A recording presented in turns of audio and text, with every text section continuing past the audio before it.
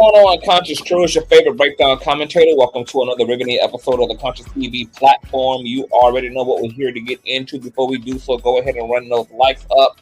Thumbing up the video not only helps with YouTube's algorithm, but more importantly, it triggers up YouTube's notification system. So when you are thumbing up the video, you are literally knocking on the digital door of another Conscious Crew member and telling them to get their black asses into the sanctuary.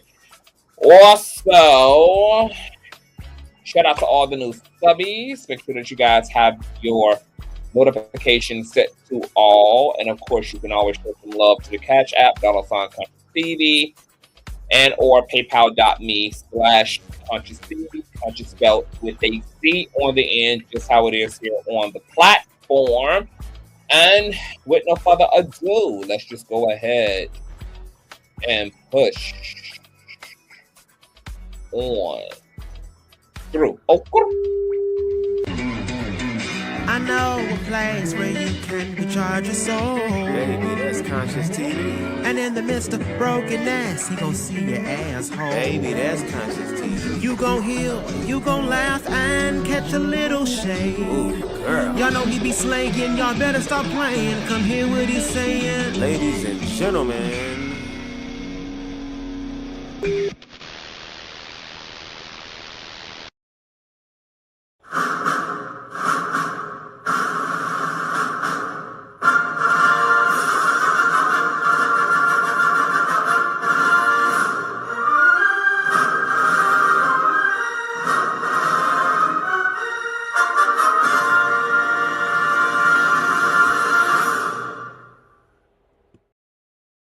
What's going on, Conscious Crew, y'all? I don't know. I got it's a weird energy. It's a weird energy. I have had such an amazing day today.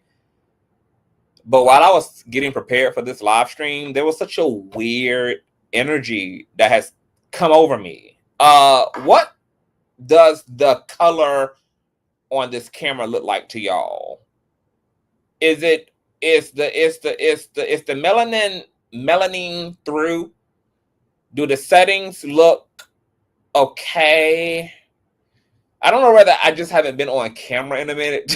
Because a lot of times when you are like not on camera for a long time, you just feel like everything looks, I don't know. It's crisp. Okay, everything looks fine. Y'all sure? Everything looks good? Okay. All right. I'm telling you, it's a weird energy. I hope I can shake this energy off by the time the night comes to an end. It's very weird energy. Shout out to my baby mother, Serena, for the nasty piece of child support share. Thank you so much, baby mother. You guys know all donation information is in the description box below. Of course, I needed some help having this or doing this commentary. And of course, I'm going to bring forth my favorite co-host, one of my favorite co-hosts, Reckless Logic. Hi. Hey, how you guys doing, girl? How y'all doing?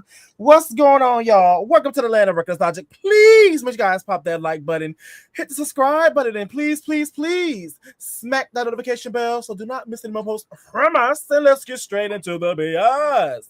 I'm gonna be honest. I do feel like the energy shift. So you feel it too? It's not just me then.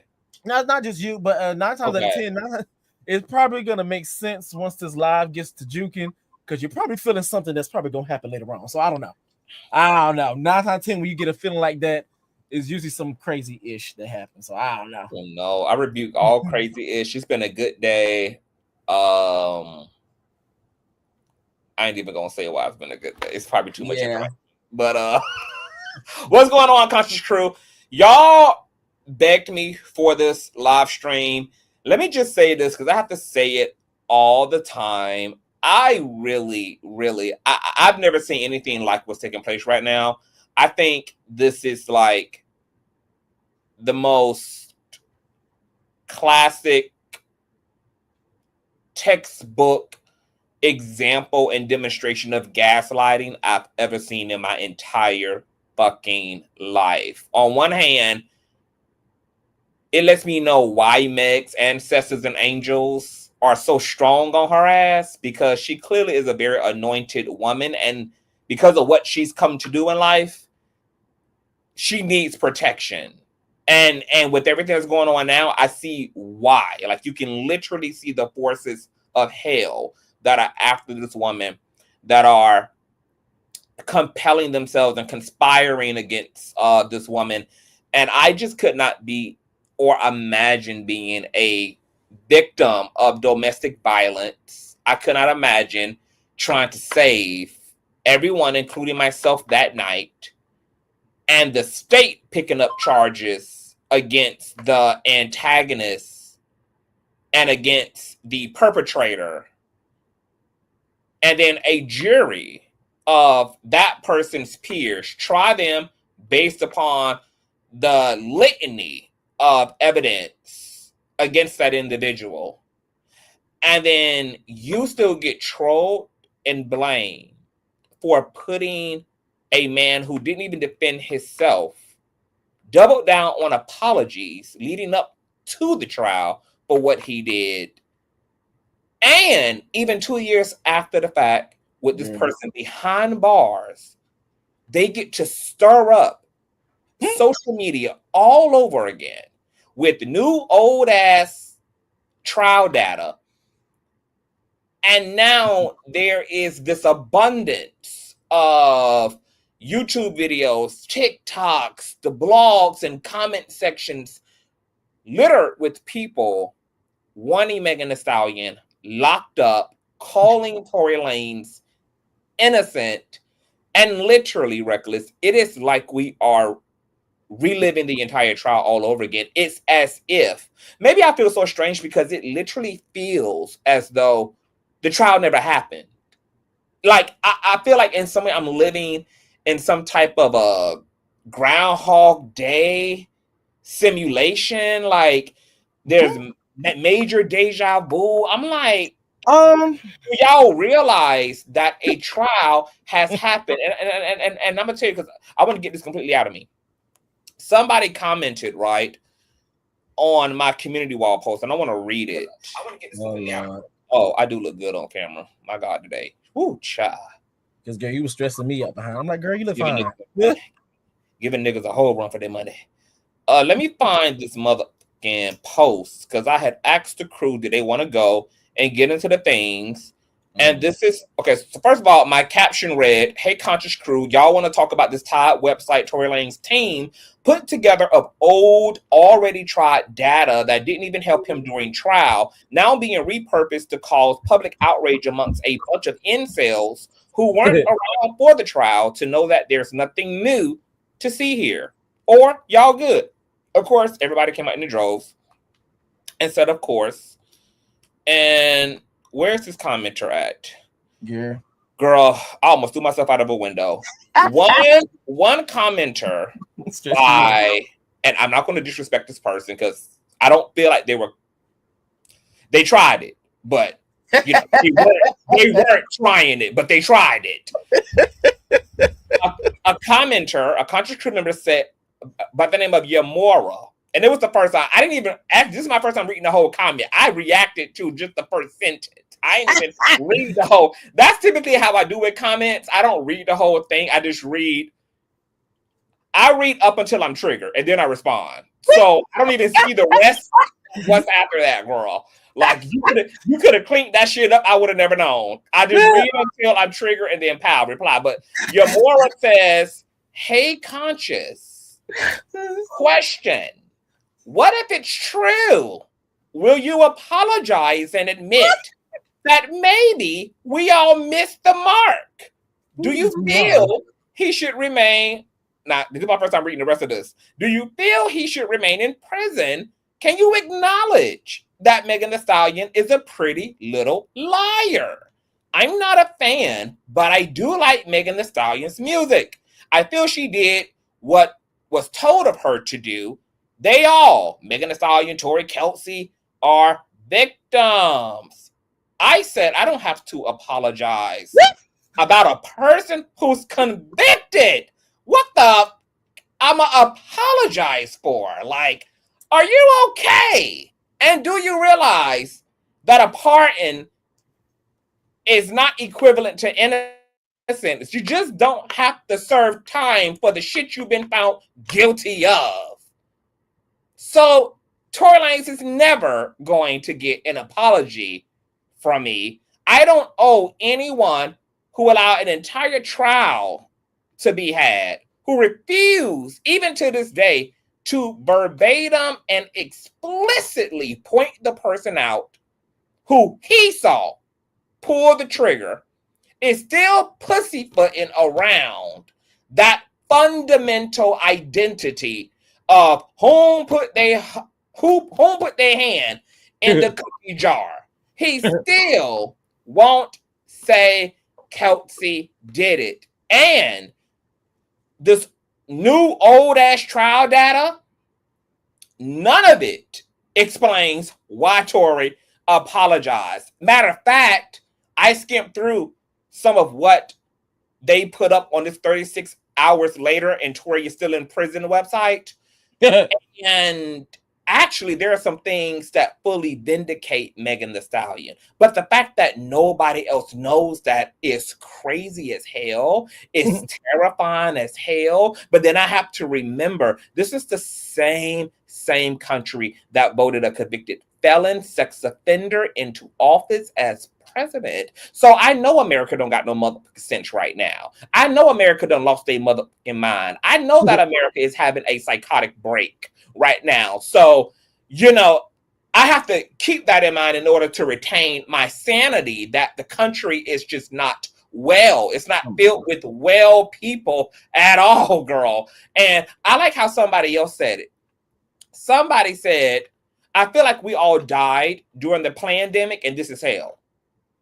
That's a perfect description of how reality feels right now. We all died during the pandemic and didn't know it because it was so swift and so sudden, girl. And we arrived in hell. That's why we feeling like we're living in the upside down. But I could go on and on and on and on and on. What do you want to say in the preliminary of this discussion, Reckless? Well, because of my background in certain areas, I will say this: a lot of people, I think that, oh, that's probably me doing that echo shit. What's happening? Like feedback? Yeah, it's probably me. Let me mute and tell me if it's okay. Okay. Now I was gonna say that in terms of, because of my background, I will say this: I do believe that some people are being mammies and pappies because this is a black man, and Tory Lanez loves to play with the conspiracy theories and always trying to attach it to his innocence all the time when he needs to be, you know, when he's put in the hot seat. And but I also know that people are also delusional when it comes down to inmates inside of the correctional facilities. It's always woe is them 24/7. And they're not really aware of the manipulative nature of these motherfuckers. And the reason why I say that is because I've also seen where inmates will be dead ass wrong, and people will look at them and be like, "Oh my God, they're such the victim." Like, girl, what? Did you not see this motherfucker like break out of the prison? And you got family members call like I don't know, like I've just because I work in that field and I've been around it, I've seen it a lot. In terms of like the way that people are so quick to say woe is them, they're locked up, but then try to make it excuse they had a different upbringing and shit like that. No, girl, that's not how that shit works. The motherfucker's locked the fuck up. He did the fucking crime. Let his ass be locked the fuck up. Yeah. So let's talk about him being locked the fuck up and visit this ratchet ass website that Tory Lanez's team has put up in response to Megan's team putting up that 30-page PowerPoint presentation that Alex Spiro is known for. Alex Spiro is known for putting up some old nasty piece of PowerPoint presentations, baby, and you know, giving it to all the slow hoes, the tea in a real hooked on phonics way. So shout out to motherfucking Alex Spiro. All right, let's get into this. They won't be able to see you, but they'll be able to see me, which is all that matters. Yeah. Whoa, there we go. All right, here we go, cha. 36 hours later and still in prison. The truth uncovered. Suppressed evidence proves Tory is innocent. For best viewing results, please turn your phone, refresh the page if you're on mobile, and absolutely turn off your brain and all critical thinking faculties while you're at it. Truth becomes clear when the facts come to light. Key inconsistencies, unreliable testimony, and missing evidence prove that Daystar Peterson was convicted based on a flawed and incomplete narrative. Through Megan Pete's own words, police reports, and experts analysts, the facts suggest that Tory Lanez did not fire the weapon and tried to stop the conflict. The case deserves to be reconsidered as the evidence points to a different truth. Fact check list. Megan told police and doctors that she stepped on glass, not shot. Video and officers confirm Megan stepped on a glass bottle, not hit by gun. I can't do this. I'm not gonna be able to make it through this. My brain is already shot. Like, when I tell you this is psychological gaslighting, this is psychological gaslighting. Now, mind you, Reckless, these idiots have the audacity to put up a website and then create a fact check list segment that reads, Megan told police and doctors she stepped on glass, not shot. We already know this. She already said why she said that. But secondly, video and officers confirm Megan stepped on glass. So you're gonna use a video and officers to confirm that, but you won't use the doctors and the x-rays to confirm that. But let me tell you how this is such a crock of shit. And this is literally just like psychological warfare at this point. This is like literally a psyop right out of the Tory Lanez camp. This is the same team, right? Who just had a press conference and presented an affidavit by Bradley James suggesting that not only was Megan shot, she was shot by her best friend and personal assistant, Kelsey. So how are you going to literally push that narrative and literally establishes this out of the gate on the website that he tried to stop a conflict? Well, the conflict certainly wasn't stopping a bitch from stepping on glass. And you've already debunked this whole glass shit with your own new narrative, which is that, well, she was shot, but she was shot accidentally by Kelsey, and our client tried to intervene and stop it. So then, how the fuck do you have a fact check list? Still trying to carry the nuts of the stepped on glass narrative. This is narcissistic abuse at this point. I feel like an abuse victim. I feel like I'm being psychologically abused. Like this is bitchcraft. Yeah. This is bitchcraft. I am too clear thinking, rational, logical. Maybe this was the energy you was feeling. Maybe this was the energy you was feeling.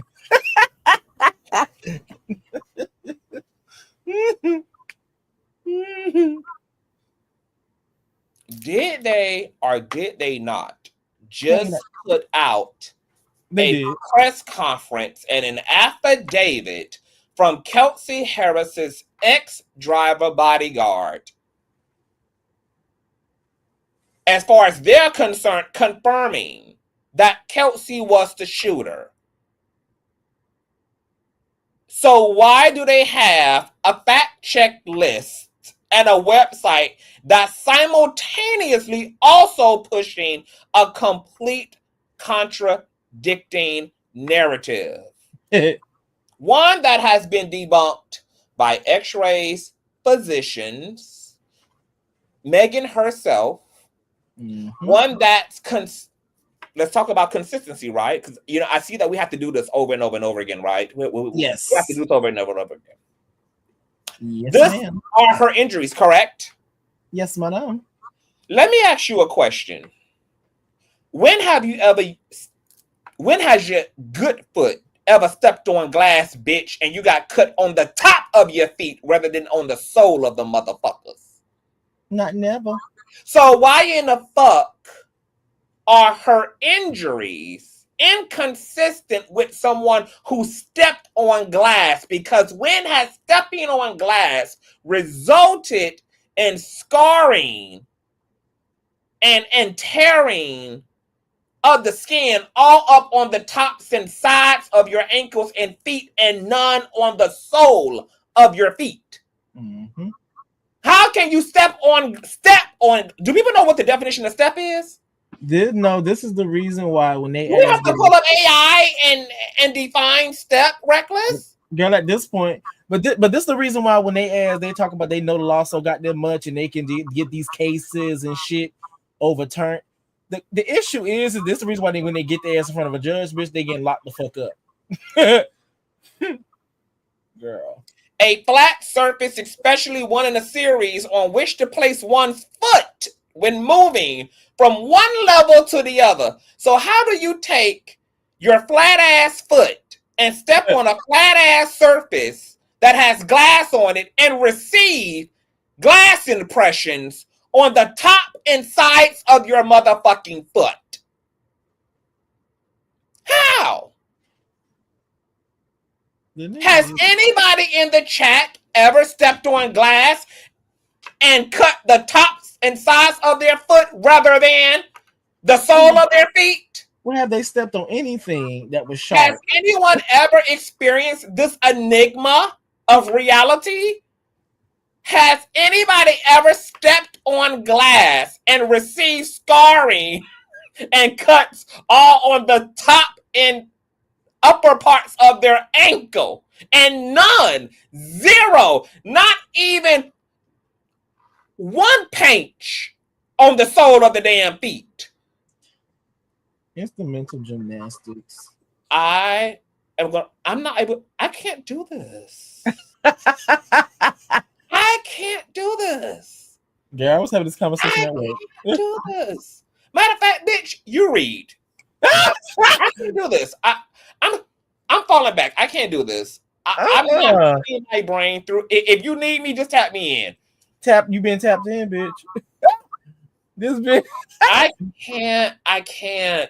Come on, Jocelyn. I cannot. I cannot do this, Reckless. I'm not built for this type of shit. I'm not built for that. But that's why I said that all of this is playing a part in the general public. Because I've seen the black man, woe is him, and shit like that, and there is a conversation for that. And then I've also seen, because he's been locked up, I've also seen that as well. So, black man locked up, case, this is a whore. This whore lied. She slept with him and lied about it. It's too many holes in the case. So, yeah, all of that plays a part. I'm already tired. This case is tired. This old ass trial data is tired. Come on, tired. I'm tired. I'm motherfucking tired, baby. I'm tired. Like, unless Megan was walking on her ankles, somebody gonna have to make it make sense, because what her injuries are consistent with, the metallic foreign objects that were found in her foot, the x-rays that forced Megan to tell the truth when the doctors said, baby, this ain't glass, sugar. You want to tell us what really happened? Yeah. A midget shot me, bitch. Oh my God. These injuries are consistent with bullet fragments. Tory shooting at the ground, bullets exploding upon impact of the concrete, and then the ricochet from that shrapnel flying in 50,011 different directions, and those pieces of metal lodging themselves all up and around the tops and sides of her foot, which would have been exposed. Mm-hmm. They also won't put under that fact check list the fact that before there was a bottle on the ground, the vehicle was already bloodied with Megan's blood. There were soiled, soaked towels of blood all in the back seat, all over Kelsey from Megan's feet injuries. So Megan had these injuries as well prior to stepping out of the vehicle, considering that she didn't get back in the vehicle after they had stopped them and made them all stop, drop, and motherfucking roll. Very consistent with shrapnel, baby. Shrapnel. Yeah. Megan, it's time for you to sue, bitch. It's time for you to take out a class action lawsuit, bitch, and get to rounding hoes up. Get to rounding hoes up. She needs to sue. She needs to sue. Mm-hmm. This is suit worthy. It goes on.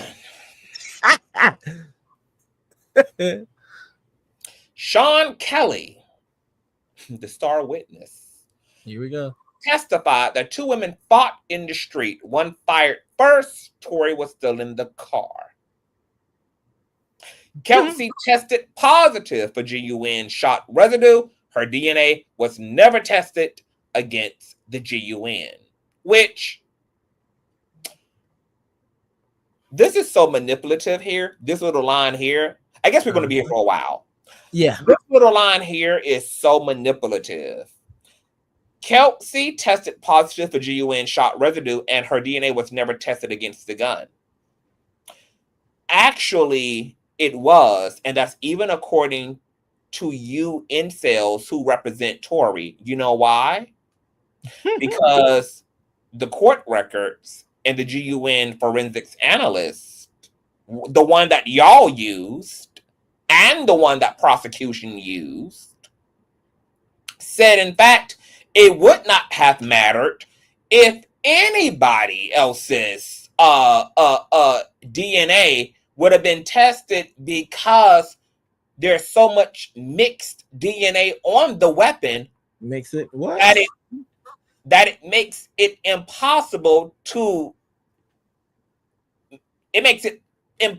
identify any one person's specifically on the GUN. But what's the magic word?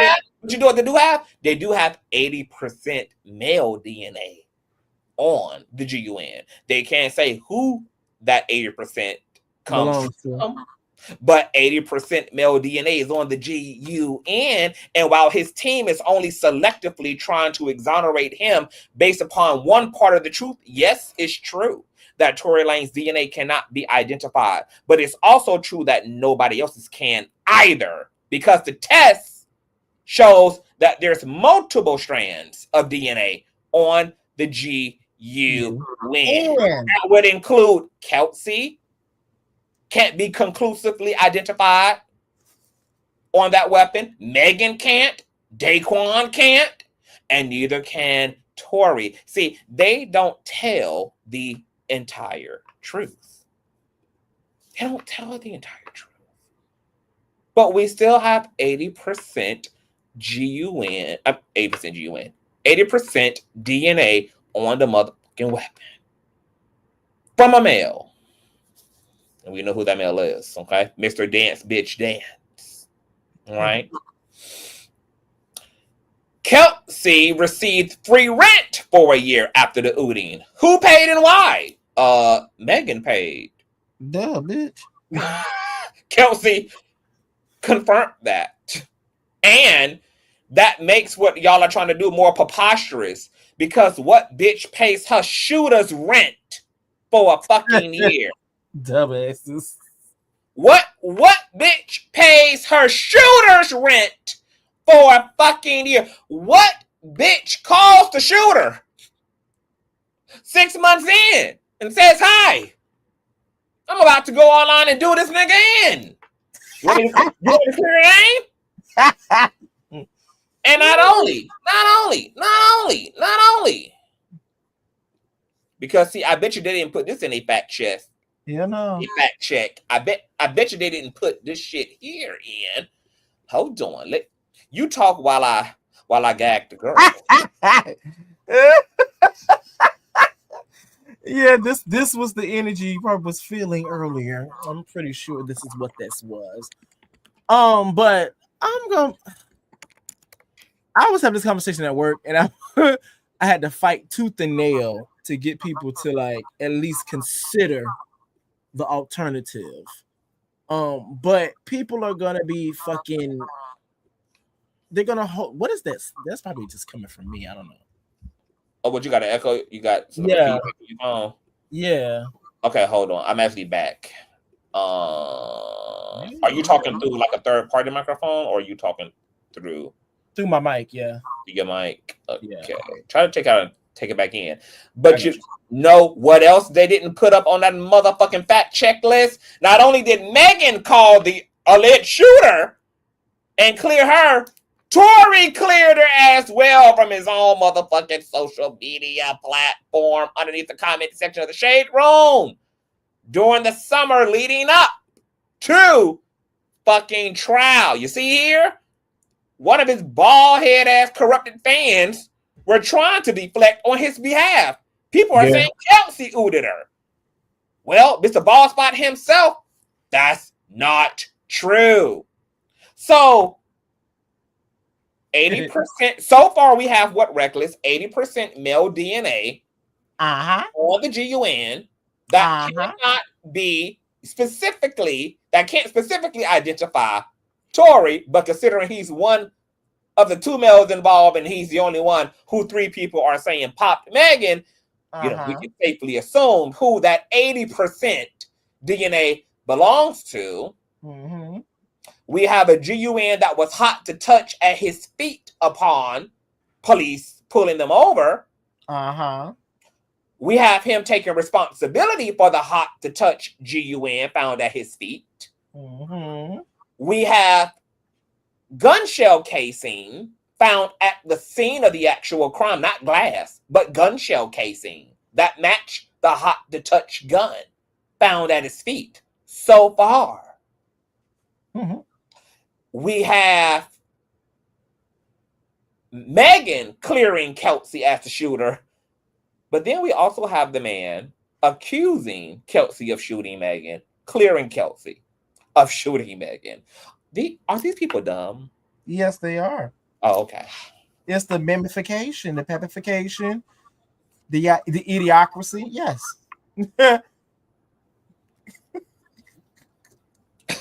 Like, bitch, like, my thing is, who else gonna do it? Like, no one's saying the bodyguard doing it. Like, no one has never even said that.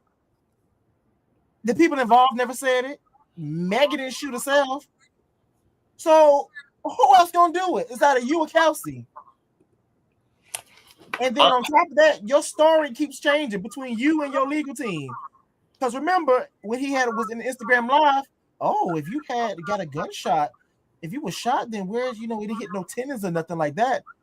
But you knew it happened. You heard the gunshots. We heard it when the audio got released. You were there. Everybody had GSR on them. There was blood inside of the vehicle. Megan was limping back to the car. There was metallic fragments taken out of her feet. Then you said Kelsey didn't do it. Then you get in trial, get into a court. Then your team is saying she did do it, and people are shocked that Kelsey wanted to get immunity. When, bitch, I know his team is about to say I did it. Girl, what?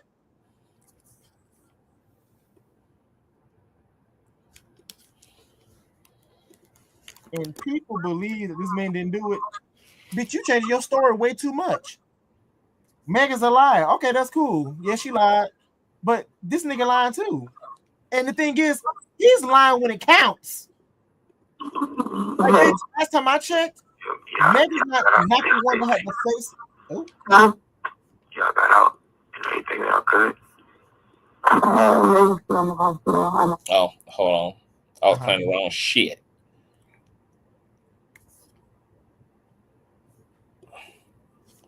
Last year. Let's. I thought it was glass reckless. Girl, he said it was glass initially, and then it was bullets and fragments. She was shot because I was trying to stop it, and now we're back to glass. He was better. His team was better off saying that. Hold on. I thought it was glass. So then, why did a surrounding neighbor in the neighborhood capture this on their ring cam?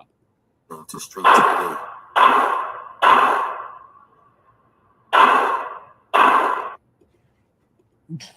Girl, I thought it was glass. So then, why is there a GUN hot to touch at his feet? Why is there 80% male DNA on the Glock? Why are there shell casings found at the scene of the crime? Why are there foreign metallic objects pulled out of her feet? And why is there neighboring ring cam audio of what we can hear here? You're listening to Street TV.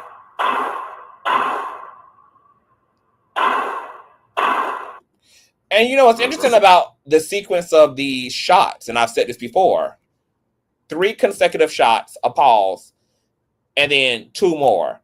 Meg says that Tory said, "Dance, bitch, dance." That gap actually fits in perfect with that statement. Listen. To Street TV. Dance, bitch, dance. It all falls so perfectly. but even if that's the case, like let's just say even if he didn't say dance, bitch, dance, the nigga shot the dance. He did it. Like, like, girl, like that doesn't make any sense. Like you said earlier, I'm not paying my shooter. Sorry, I'm not paying your rent for an extensive amount of time if you pull the trigger on me. No, that doesn't, girl, what? No. And people just really trying to make this shit make sense. And I'm like, girl. You ready for more 36 points of bullshit? Yes. Girl. Kelsey tested positive. Let's do it. And we're going to get to Sean Kelly because he's a whole situation. He's a whole phenomenon in and of itself. Girl.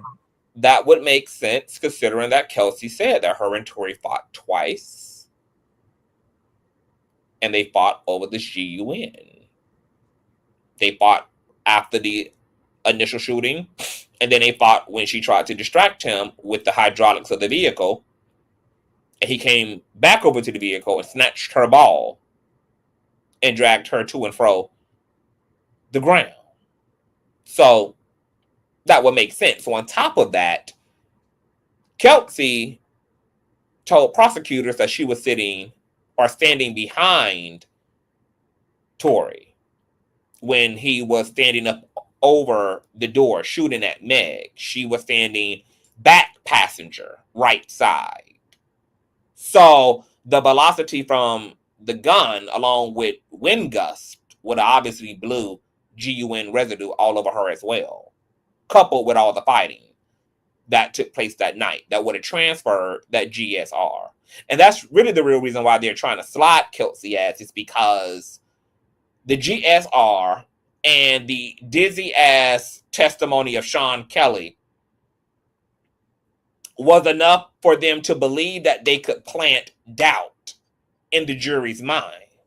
Like, did he or did he not? But where Tory fucked up at was all the fucking apologizing following the ooting. You're on a whole recorded federal prison call apologizing. Then you text Meg once you get home free. and you double down on a apology, and you apologize for something so heinous in nature that you know she will never speak to you again. Now, what Tory is smart enough to not do is say on any electronically recorded device that I'm apologizing for shooting you. Yeah. Mm-hmm. But you know what's not illegal to say on a federally recorded call? Reckless. That I slept with you and your homegirl. That I'm sorry for fucking you and your homegirl. Because you know what's funny? Fucking two friends behind their back. I'm sorry funny? for getting that drama started. And do you actually think? Go ahead. Because you know what's funny? Because of my background, you know, like they say, those calls are recorded, and you do listen to those calls. That's very common that the inmates will say, "Oh yeah," and him and his girl or whoever he's talking to are fighting over the phone because she done found out that he done slept with somebody else. So, to Conscious point, if it was about him sleeping with somebody else, aka Kelsey and Megan, he just would have said that. That doesn't make any sense. You know what's so funny? He knows not to say it. He said it to all of social media, but he didn't say it explicably to either one of them. Why not? You cleared it up for social media and said it emphatically that that's what you were apologizing for. So why not say just that then directly to Kelsey on that phone call or directly to Megan in those text messages? Because it's not a crime to be fucking two girlfriends. That's not a crime at all. And neither is it so heinous in nature that you have to blame. Because this is the gag, right? You wouldn't apologize for fucking Kelsey that night. Okay? You outed something that night about the dynamics that had been going on between the three of y'all. But you specifically apologize for something you did that night that was heinous in nature and that was connected to you being drunk. Yep. Something you did while being so intoxicated that you know that it would result in Megan never speaking to your raggedy little ass ever again in life. Because and keep in mind, a homegirl was not going to be the most heinous thing you've done, considering that Megan was just your homegirl as well. And keep in mind, the language that he used, speak to me again. He didn't say us. He didn't even say us. He said not me. Me and Kelsey, me again. Me. So even then, he even said me. Not me and Kelsey. Because it's a possibility. Let's just go with the theory. It would have been a possibility if he would have exposed it, and let's just say hypothetically, Kelsey would have been the one to pull the trigger. I'm cutting both of them hoes off. Not just I'm gonna cut off the person that exposed it, but not the person that pulled the trigger. Girl, what? Girl, what? I'm going to pay the rent of the person that actually shot me. To make matters even more bizarre, the person that shot me has the kahunas to show up outside the fucking hospital waiting on me after I just put the victim there. I'm going to go to the hospital so I can be identified as the goddamn truth, because Kelsey wouldn't have known at that point what Meg's plan was. Right. She if she was the shooter, she would have had to consider if that bitch was up on the 14th floor of Sinai Medical ratting her the fuck out. Right. When that meant she should be on the first Greyhound ticket smoking out of the damn country, because they had no time to figure out what the fuck was really going to go down and how they were really going to deal with this. So the shooter is the one receiving an apology from Tory and the person who's bold enough after committing such a crime to go see about the victim in front of the hospital, because that's where Kelsey was during that prison phone call. Where you at, Kelsey? Outside the side of our hospital, trying to get in. They won't let me in because of COVID.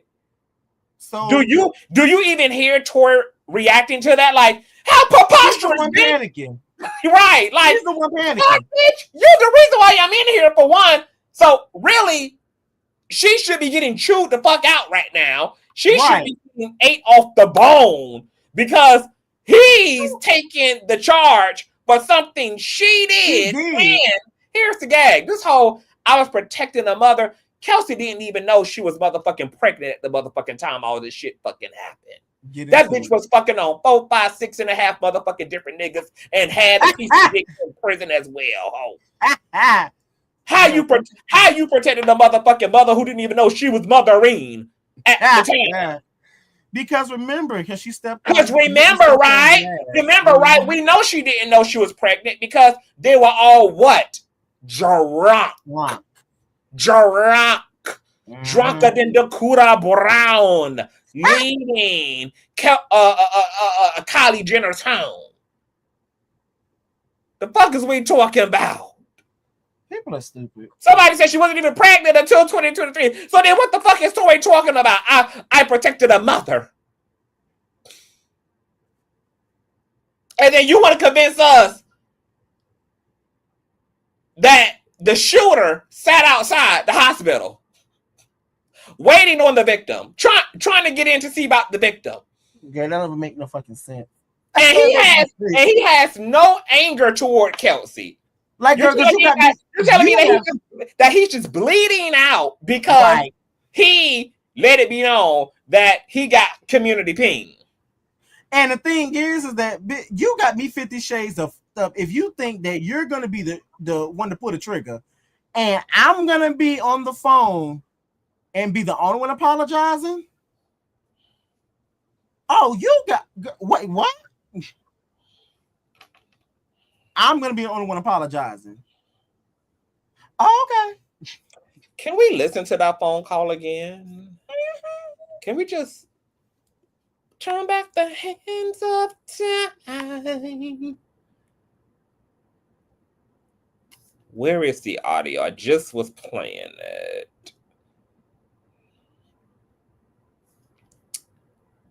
And shout out to Street TV for the nasty piece of audio. I feel like mom code requires me to share this. We're gearing up for our on-the-go season, which is my most favorite, but also means we're bumping around a lot. And we are snappers, y'all. One of my friends actually introduced me to the Very Meats Little Lawn Jaegers, so I gotta share it with you too. With 9 grams of protein and 0 sugar, they are such a solid. This is a free call from Tory? an inmate at LAPD jail. This call is subject to recording and monitoring. Press 1 to accept the call. To deny this call, thank you for using Cellmate. Hello? Hello. Y'all got out safe and everything? Huh? Y'all got out and everything y'all good? I'm still in the hospital. I'm outside the hospital. What hospital y'all at? I'm out there. You said what? You're listening to Street I TV. said Megan's in the hospital, so I'm outside the hospital waiting. I'm outside the hospital. The shooter. No. Let me see. Cedar, something like that. Cedar. Yo, bro. I know she probably never ever gonna talk to me ever again, but I know she's never, ever reckless going to talk to me ever again. Why? Why would she not? Why would she be willing to let Kelsey into the hospital if Kelsey could have got in? The only reason she did is because of the COVID restrictions. Why would she never have spoke to you again? Because it took 2 to tango, bitch. Remember, he said me, not us. Yeah. you know, bro. Nigga, I was just so fucking drunk, nigga. I didn't even know what the fuck was going on, bro. I was so drunk. I didn't even know what the fuck was going on, bro. Like that ass, nigga. I'd never do some shit like that, bro. I would never. You would never do what? You would never tell the truth? You would never do what? What did you do? So now we know he's not talking about outing a little three-way secret. He's talking about something far more serious and eventful. He would never do what did you do, Tory? Because the shooter, right, is sitting outside of Sinai Cedars Hospital. Mm-hmm. Fucking drunk, nigga. I just didn't even understand what the fuck was going on, bro. Like, so whatever. But, you know, regardless, that's not gonna make anything right. And that's not gonna make my actions right, bro. But I'm just deeply sorry, bro. I never even moved like that, bro. Like, never moved like that at all, bro. Like, for real, dog. I know. There's a lot that happens, but Oh, Kelsey sounds mighty relaxed and unworried for being a killer. Kelsey sounds irrationally calm for someone who just committed a crime against a superstar. For somebody who just did something that put a public figure in the hospital, Kelsey sounds unreasonably unbothered. For someone who just put the trigger 5 fucking times on her best friend and her boss. So unbothered that she's got her unbothered ass sitting right outside those hospital doors. She was better off making a run for it. bro, like a whole lot, bro. I feel crazy, bro. But man, this day, like, what happened already, bro. I can't take it back, bro. I'm just telling y'all, I'm sorry, bro. Like, You're listening to Street TV. I think it was just too drunk, bro.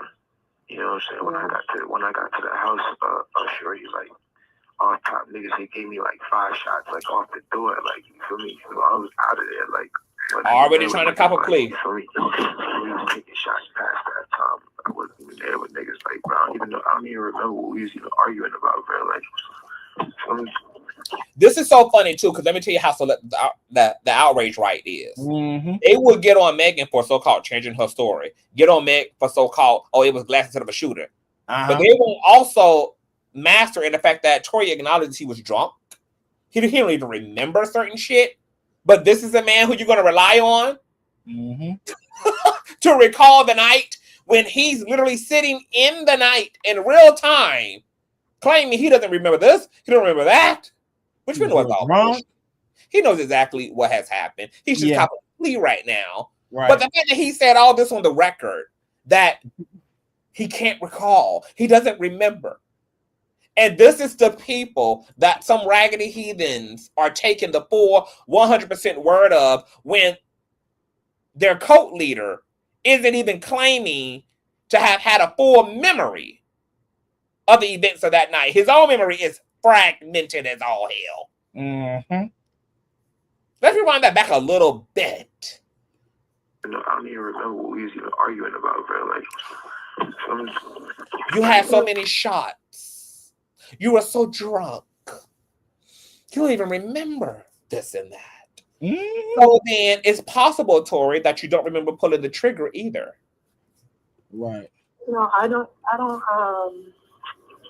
was already fucked up by the time you got there, so I don't know how much. It's like, you know, but tell me what hospital she's in. You're listening to Street TV. I just told you, Cedar Medical. Alright, you ain't got Quan's number, right? You ain't got my security number. Quan, I do have his number. Can you call this nigga Quan and tell this nigga, bruh? Baby, Kelsey got all the motherfucking dick on speed dial. Got all the dick. You ain't got Quan's number, and dude.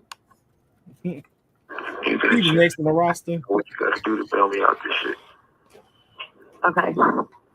Thank you, bro. I appreciate it. I'm sorry again, bro. Like, I think honestly, we're gonna try to, because obviously, like, the longer you're in there, the more hot it's gonna get. Because you know it's already on. Like, there's no names released yet, but the report is already out. You know. But like, out is what? What you mean? Out. Look, panicking. Look, panicking. You hear the panic. Panicking. Or somebody who's innocent, or somebody who ain't do a motherfucking thing. Why is he so apologetic? Why is he so panic stricken? Why is he having a cop of plea and blame alcohol and this, that, the third, and acting like he don't recall and da-da-da. For somebody who didn't do anything, why is he the only one on this 4-minute call copying a plea? Kelsey has yet to apologize for a damn thing. Kelsey has yet to have to put a narrative to anything. What is he apologizing also to her for? Could it be that ass whooping you gave her twice? Could it be the bald spot that's now sitting in place of her clip-in ponytail? Could it be the bruising and scarring? Could it be the necklace and the nails and, the pistol whipping? Could have been the trauma that you just induced in both of these women? No. Okay. Megan's team is on top of this. So, yeah, but like niggas don't. There's no way that Megan's on like the thing. No, there's no. What'd you say? There's no way that Megan's like on the thing. Listening to Street. Kelsey barely even paying goddamn attention to this nigga. So what you mean? Out? It's on because obviously, like the longer you're in there, the more hot it's gonna get. Because it's already on. Like there's no names released yet, but the report is already out. But like out is what? What you mean out? It's on some app. Megan's team is on top of this. So, yeah, but like niggas don't. There's no way that Megan's on like the thing. Niggas can't what? Well, what is he so scared about niggas knowing? What is he so scared that might have been captured on camera that might already be out? What is he so bothered by? What you mean out? It's on some app. Megan's team is on top of this. So, yeah, but like niggas don't. There's no way that Megan's on like the thing. No, there's no. What'd you say? There's no way that Megan's like on the thing. Listening to Street TV. No. So far, none of that is there. But I mean, yeah, I don't think it's gonna be one of those. If anything, the only nigga that's gonna get this backlash is me. It's not gonna be her. You can get a lot more than backlash. Maybe. yeah, got injuries. You're gonna get back shots, back stabbed 14 times specifically by inmate casino. Alright, it is what it is. Regardless if I get out of here today or not, bro, I just want to let y'all know, bro. I'm sorry, bro. Like, I never did that shit if I wasn't that drunk, bro. Like, You would have never did what had you not been drunk? Reckless. What would he have never done had he not been drunk? Pulling the trigger. Oh, okay. No, wait, my bad. I forgot. No, he's it's because he was exposed that he was sleeping with both Kelsey and Megan. Yeah. So that means that what he's really saying then is, so let's entertain his bullshit, ridiculous, literally preposterous, gaslighting ass narrative after the fact that he was apologizing for fucking two friends. So then what you're actually saying in this phone call is that I apologize for being honest. So are you literally saying and admitting that you would have kept this a secret the entire time? Because that's all you would have been guilty of, right, Tory? Is being honest. You didn't do anything, right? You didn't harm anybody, did you? Mm-hmm. You didn't shoot someone. You didn't shoot at someone 5 times, did you? You didn't accidentally injure someone in their feet, did you? The only thing you would have done that night would have been honest about putting your dick in two people who didn't know that they were riding the same roller coaster. So your apology is actually a statement about your character, back your integrity. If I could have remained a lying ass nigga, that's what I would have preferred to do. I probably have to tell her the truth. And once again, there's no crime in fucking two friends. There's no crime in cheating. There's no crime in none of that. Why not say that over a federally recorded phone call? You told it to us. That's what you were apologizing for. Why you never spelled that out in your text messages to Megan? Why you never clarified that in your phone call to Kelsey? Mm-hmm. After all, putting your dick wherever you want to is not a crime. Okay, fine. Back to 36 hours of bullshit. EJ said an object in the girl's luggage looked like a GUN. Actually, EJ did not say that an object looked like a gun when they were asked, have you seen anything on Megan or Kelsey that ever resembled a GUN? He said, maybe. And then when he clarified, he said, well, a lot of the tasers that are out now look like GUNs. Mm-hmm. He said, but no, I've never seen emphatically either one of the ladies with a GUN. Mm-hmm. Okay. Megan claims that she spoke out in response to Tory, but the timeline proves she went public first. Who gives a fuck? It was her trauma and her story to tell. I wouldn't give a fuck what she told it last, first, in the middle, or never had motherfucking told it. It wasn't a crime, bitch. She can tell it first, and she can tell it all if that's what the fuck she's so pleased to do. Mm-hmm. Tory's DNA was not found on the magazine. Only 0.01% on the GUN. Statistically irrelevant. 90% of the DNA on the GUN belonged to an unknown male. Bitch, you dumb bitch. But they want to say not Tory. So was it the bodyguard, bitch? Are you also trying to slide your homeboy too? Girl. Jaquan, bitch, you better redact your affidavit, ho. Thank God for Unite the People. This is some low down, dirty shit. Baby, they know how to. If the Kelsey narrative is thick, bitch, let's try to muddy the waters a little bit, girl, by suggesting, baby, ain't nobody has said Daquan's name in this whole thing. Right.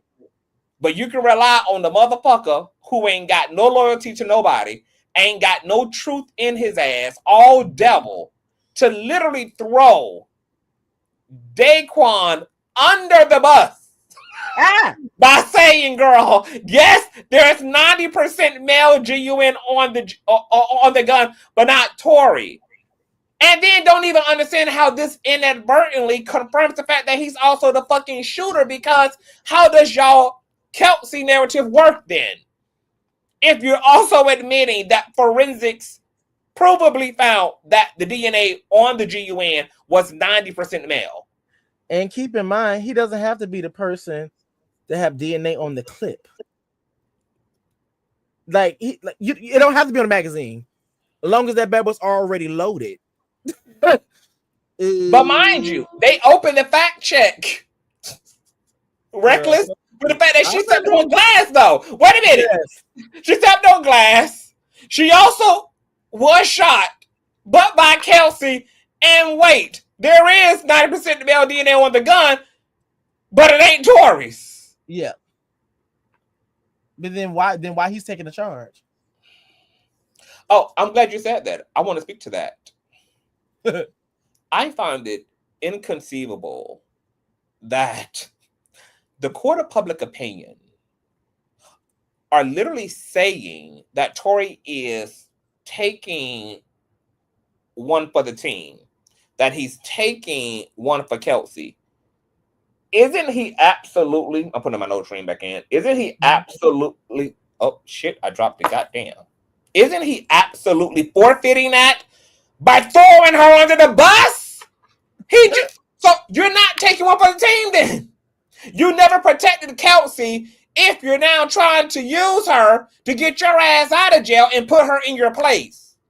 So this whole idea of being a real nigga, this whole idea of protecting a black woman, protecting a mother, you're not protecting her if you're now trying to get pardoned and trying to get retrial under the guise that Kelsey was the fucking shooter. So you never actually took one for the team, ho. If you were taking one for the team, your lips would still be sealed. You would uphold to street code because you made a personal decision, according to you, to not identify the shooter and to intentionally protect her. And you got dumbass bird brains running around. Oh, Tory protecting. How? Protecting the bitch if he's blaming the bitch and trying to use that narrative to currently get his ass up out of motherfucking prison. So much for protecting a black woman. So much for protecting a black mother. Mm-hmm. Taking one for the team would be taking your 14 stabbings, bitch. Oh my goodness. Taking your licking and continuing to keep on goddamn ticking. And people were shocked that Kelsey wanted to get immunity. I would want immunity too if I know this motherfucker trying to throw me up under the bus and we don't know how this shit gonna play out. Hello, bitch, because she was allegedly fucking on a nigga. Because it's Tory, girl, I'm gonna need immunity, girl. Y'all see the way Tory giving it up, bitch, in his fact checklist, girl. The shooter could be a glass bottle. It could be Kelsey.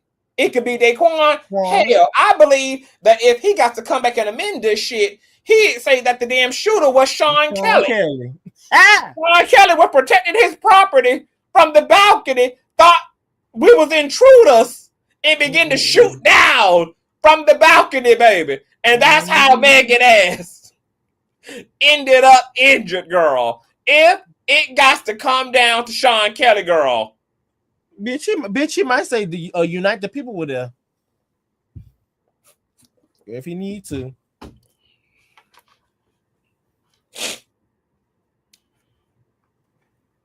You ready? Because we haven't gotten far.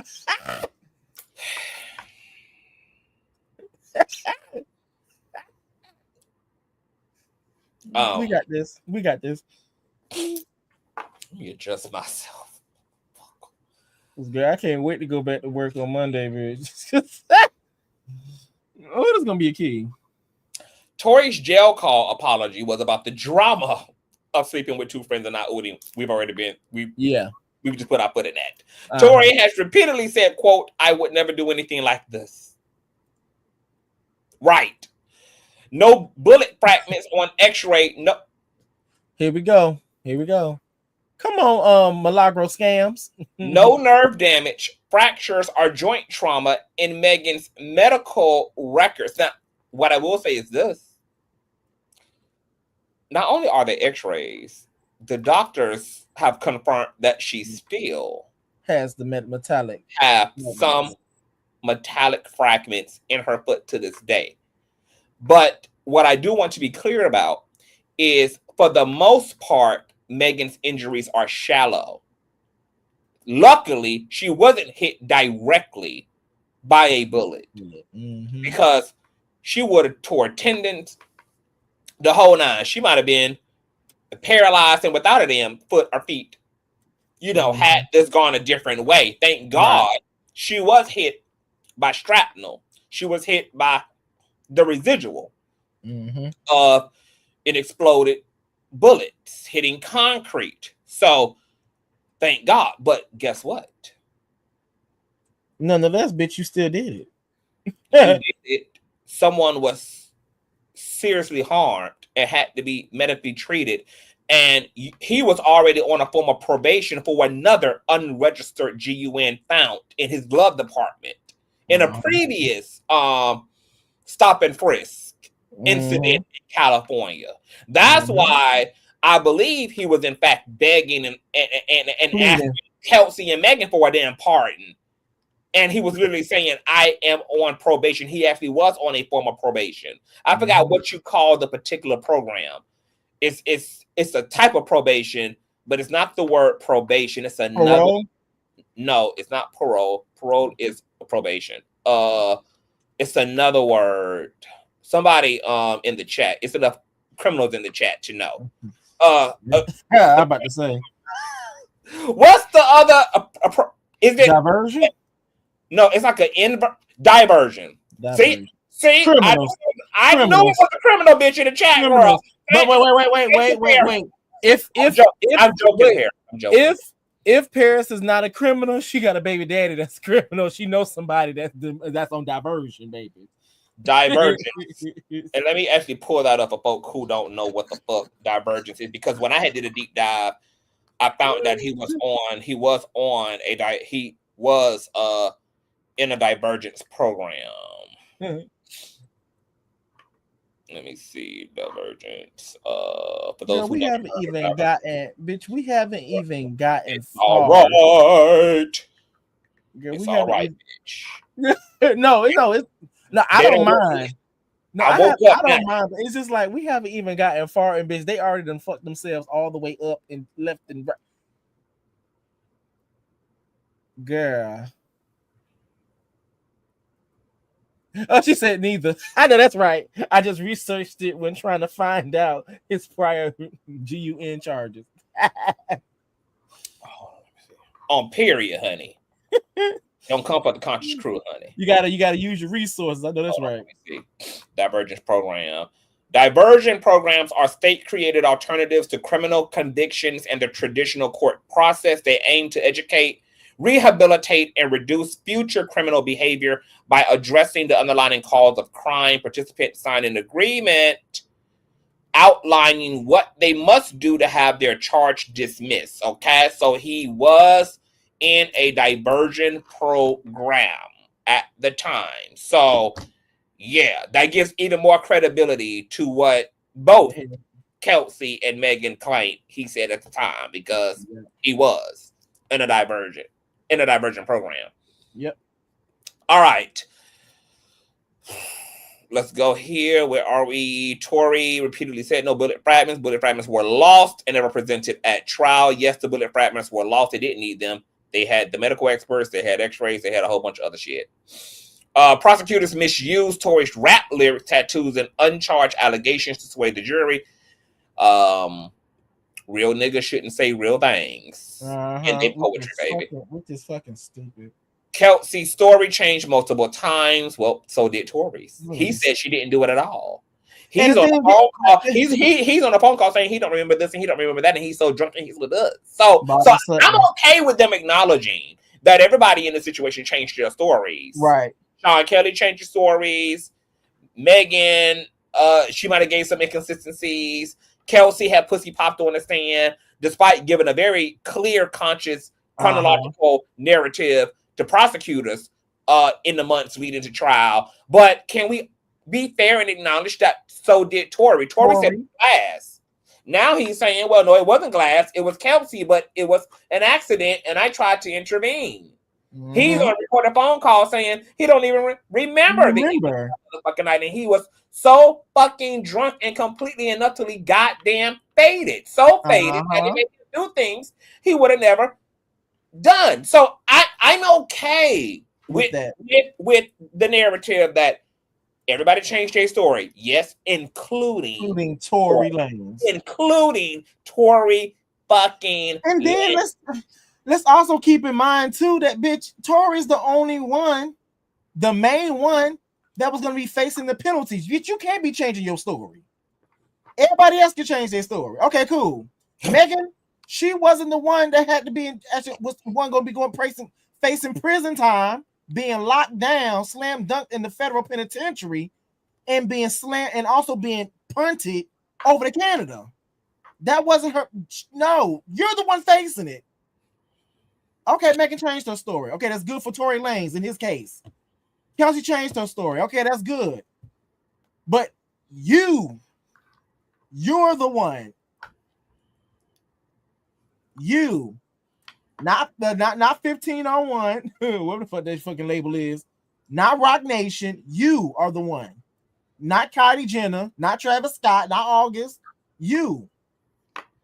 When he was on a gag order and all the other stuff, he wasn't on a gag order the whole time, and he still ain't say shit. Then when he was allowed to say shit under law, he still didn't say shit.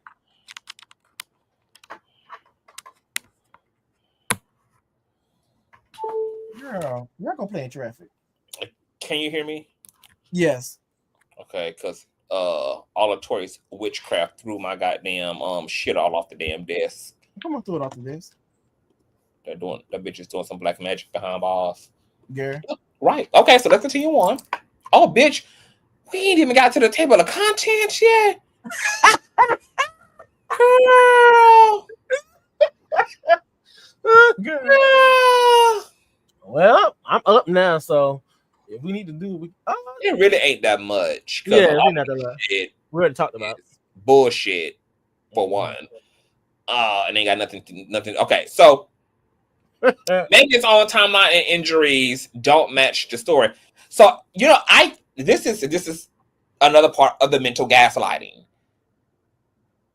Y'all are trying to muddy up the facts around her injuries by relating that to the story she told, rather than relating that to the facts. The facts, aka the physicians, aka the ring cam audio, aka the x-rays, talk about metallic foreign objects and shrapnel in her feet.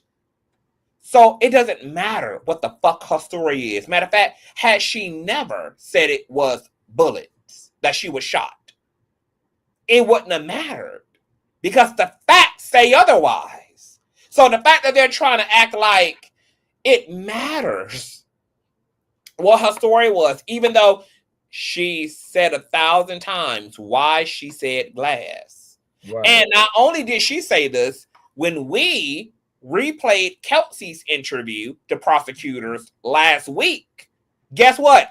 Kelsey said the same thing, that I was scared when I had to throw my pussy to the air and spread eagle from them damn police.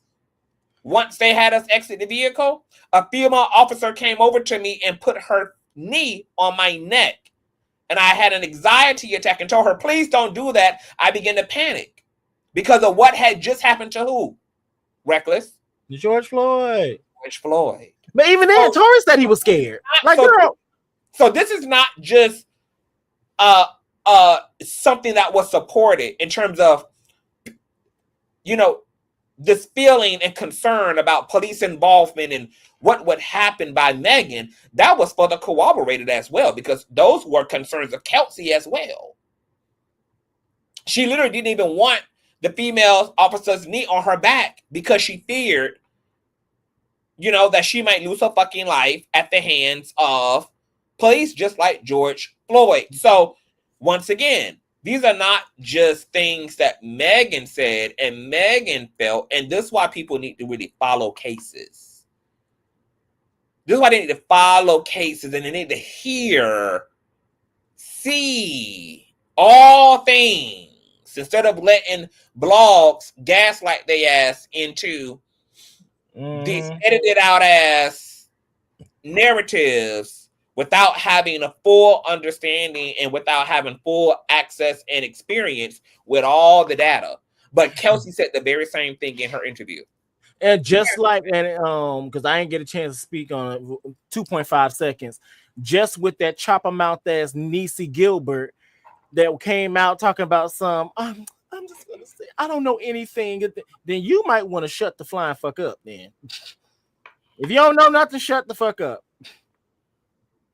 And then what killed me too is that motherfuckers claim they don't know shit, but then when you go to educate a bitch or educate a nigga, they get to run in their mouth a little bit too much. Bitch, you trying to learn or not? You need to shut your ass up. Climbing up Mammy Mountain. Climbing up, man. Oh, you ain't.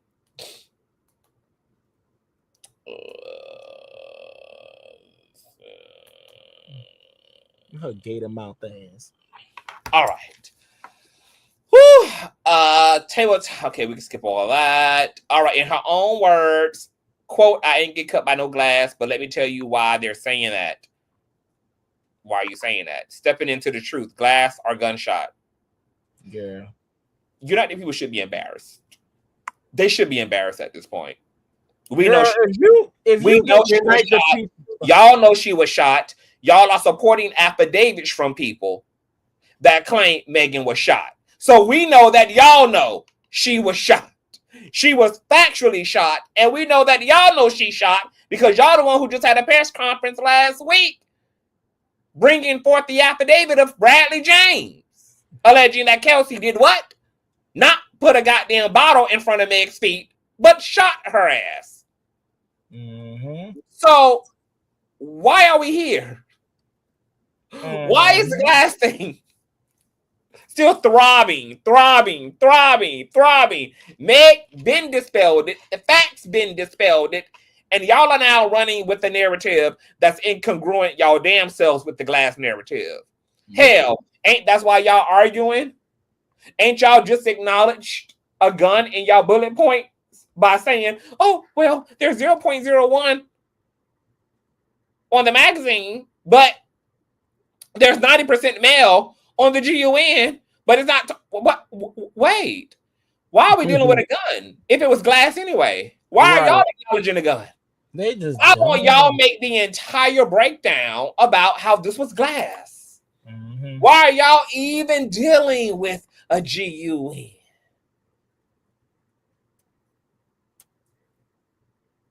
This is the bitchcraft.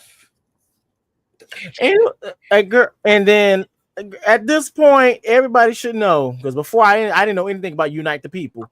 If you work with Unite the People, baby, you're going to jail. Baby, you're going to jail. Okay. They go unite you to your prison sentence. The following videos 1, 2, 3, 4A, and 4B show Megan Thee Stallion injured at the scene, stating that she was cut by glass. Yes, we know. And not shot. Yes, we know. Officers on site also confirmed that she stepped on a glass bottle. Girl, yes, we know. These clips are key in understanding the initial report. Because girl, officers, they only take what you tell them. Because they're not medical professionals. Like, they can't discover, oh, this is most definitely. Right. They're going to take your word for it. She said they literally asked her in the clips, oh, why are you bleeding? I stepped in glass. Okay. They're going to other officers. Oh, she stepped in glass. Like everybody knows. But that we know there was no glass because the physicians at the hospital, upon assessment, discovered this ain't no fucking glass. That's what made Meg didn't like even change her story to like just change her story. The medical physicians made her tell them the truth because once they saw the x-rays, they're like, this is not glass, baby. And what we're putting out of your feet is not glass. That's when she had so if you this harping on Meg, and not wanting to deal with any of the other components in this case, not deal with any of the other professionals in this case. Why would an entire legal team be interested in what came out of the mouth of the victim when you literally have the testimony of the medical personnel who performed the surgeries and these extractions on Meg? I mean, we know why, right? I mean, we know why. Why they have to rely on the weakest link, which of course is going to be a flippant victim. And that's the reason why that's the reason why they gonna get locked the hell up if they get in front of a damn judge. Because you're trying to major in the stupid shit it's irrelevant. Like, girl. And the thing is, when you do that, your story be fucked up. Like, it be fucked up and it goes out of place and it's not consistent. Like, girl, like a police officer from experience will probably be like, okay, I think this is a bullet wound. But however, when it comes down to actually verifying, that's going to have to come from someone in the medical field. That's the reason why you have paramedics, reason why you have nurses, physicians. That's the reason why a hospital exists. That's the reason why we have a whole field of science, health science.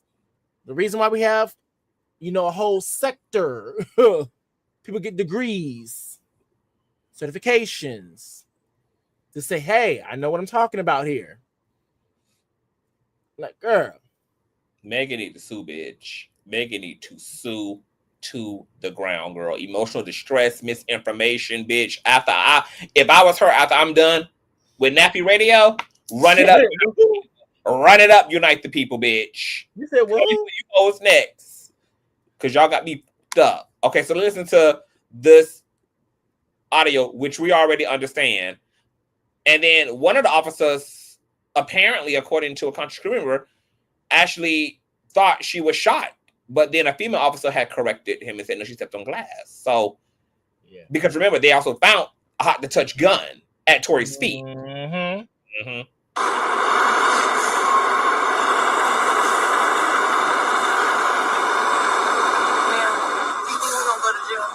What's that? Do you think we're gonna go to jail? I don't know. We're trying to figure it all out. As long as you guys cooperate with us and you guys tell us what happened, we'll go accordingly, okay? But if you guys are not telling us, if you guys are, then I really cannot go to jail. Okay. I cannot have that on my image. Okay. So how did that happen to you? Glass. Glass? Where? Where we were coming from. Hey, could be like cheap or good. But I'm not from here, so okay. That's the only place you got shot at? That's the only place you got shot? I didn't get shot. Oh, you didn't? Oh, man. Okay, see? So the male officer is asking her, oh, you're not shot? Like, he's like, no, like, it seemed like you shot to me. We found a gun. We getting calls that the gun was fired. We got calls from neighbors that there's a gun disturbance. We found a hot to touch gun. Mm-hmm. And you're bleeding. You sure you're not shot?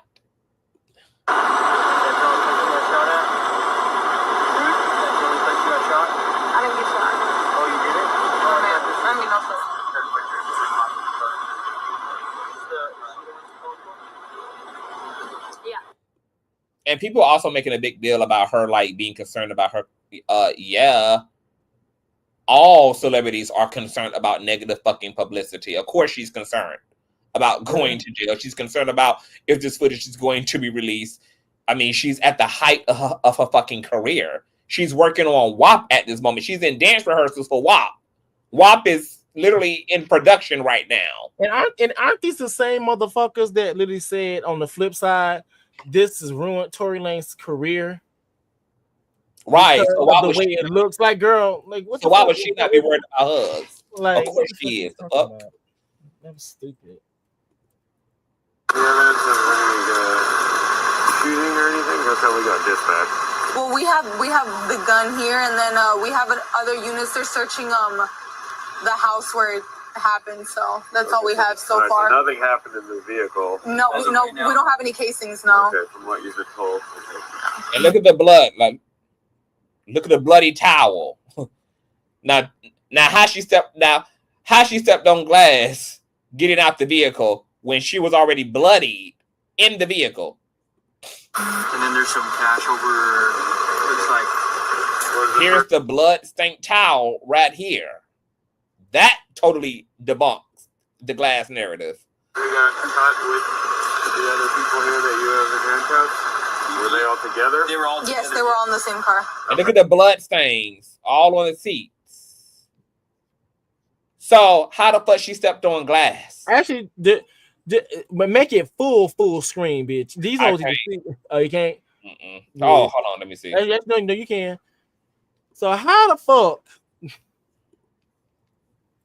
can y'all explain all of this? But I thought it was all glass and she was never shot. And where's the glass in the car? Since it was glass, where is the glass in the car? We don't see no glass in the car. We see blood. We see a blood-stained towel. They finding money. They found a GUN. Where's the glass? She was bleeding prior to getting out of the vehicle. Not just after she got out. She was already bleeding in the car prior to them being stopped. Happened here, and then we have other units. They're searching the house where it happened. So that's all we have so far. So nothing shooting or anything. That's how we got dispatched. Well, we have the gun here, and then we have other units. We have the gun here. Searching the house where it happened. So that's all we have so Right, far. so nothing happened in the vehicle. No, we don't have any casings. No. Okay, from what you've been told. And then there's some cash over. Because the casings are back at the original site this all happened at. Remember that they got stopped on the way to Meg's house. So they didn't even get stopped at the scene of the crime. Yep. When they went back to the scene of the crime, that's when they found all the shell casings, etc. Looks like was the person who got caught with the other people here that you have in handcuffs? Were they all together? They were all together. Yes, they were all in the same car. Okay. And then do we know how she got cut? I believe when she stepped down, there's a glass. She dropped a glass bottle, and then I think she stepped on it and cut herself. Now this to your point, oh Reckless, this goes to show you how also officers are also not completely like rational either in the moment. They're just like taking the word of other officers, etc. Because the female officer just said when he said, how did she get bloody? Oh, she stepped on glass when she got out of the vehicle. So then nobody asks, well, how the fuck is there blood in the vehicle then? If she didn't step on glass until she got out of the vehicle, how is there blood in the damn vehicle then? Mm-hmm.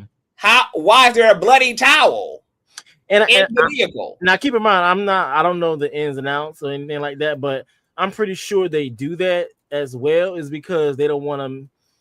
I don't know. You can't really diagnose. So it's like okay, something may be going on. So we're gonna take it to the hospital. We're gonna confirm. That's why they call it a pending investigation. Right. it might start sloppy and raggedy, but let us peel things back. Let us collect evidence. Let's sit everybody else down in the interrogation room. Let's go to the scene of the crime. So, this is all the preliminary of showing up on the scene, trying to figure out initially what the fuck is going on. But it's just interesting that, having this footage and hearing this conversation that, the female officer's narrative is already being completely contradicted by the fact that there's already pre-existing blood all in the vehicle. Mm-hmm. It's here all on the seats. It's on this luggage. There's a bloody towel here. And there's a hot ass gun. Obviously, the blood didn't come from her stepping on fucking glass, exiting the vehicle. And guess what? I also am questioning the competency of other creators who are literally like covering this shit. Yeah. And are dumb. Like, how are y'all not? Are y'all okay? Yeah, no. Like, are y'all okay? Like, how are y'all not? Is there just no attempt to be critical and observant and logical? Or is it just like you already got a narrative in your head, and so just like going along for the ride instead of actually like intentionally thinking through and observing and piecing this shit together logically, especially when you have the audacity to have actual footage in front of your face and it still went over your head. Yeah. Well, it went just as over their heads as it did the goddamn officers, apparently, because nobody said, well, bitch, once again, how is there blood already in the vehicle then if she didn't get her injuries until she stepped out on glass? Yeah. But we're now clear that this was not glass. We now know that. Even if Megan would have never said it was glass, we know from the physicians and the x-rays and the hospital records and the surgeries, which were all released. We read them here on the platform as well. The type of tools that were used, the surgeries that were used. She was assessed by 2 different physicians as it relates to these injuries, etc. Okay, so let's go to the next piece of fucked up footage. Quote is right there on the floor. I have no idea what the fuck this means. Let's see. Look at that. Blood, baby. Blood. Yeah. Oh, shit. Hold on.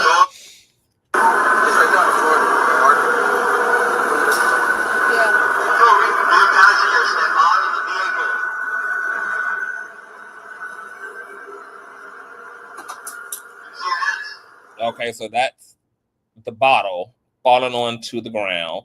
Uh-huh. Now, since she never gets, now we also can hear this glass break, right? Mm-hmm. So once again, you have to explain, well, why the fuck was there already blood in the car? Right. This glass didn't break until it rolled out of the vehicle. Yep.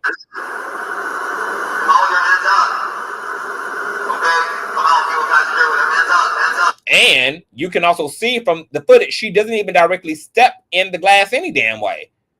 The bottle is right in front of her. She's looking down. So she's also making sure not to step in the shadow of this glass, which is why she doesn't have injuries on the sole of her fucking feet, which there's going to be video evidence of as well. You don't think that Megan would have been hooting and fucking hollering had she been moonwalking in glass, bitch? She literally steps over the fucking bottle.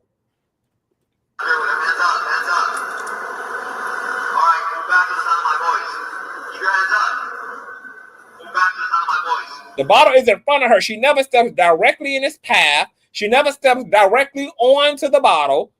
She's clearly looking down because she's in an SUV that's raised up in the air, so she would have to look down any damn way to see where the hell she's going. It's night. She's already injured in her fucking feet. A bottle just hit the ground, so she's going to be extra precautious getting out since she's already injured to begin with. But I can't wait till we get to that fucking footage that is dead ass on the sole of her feet.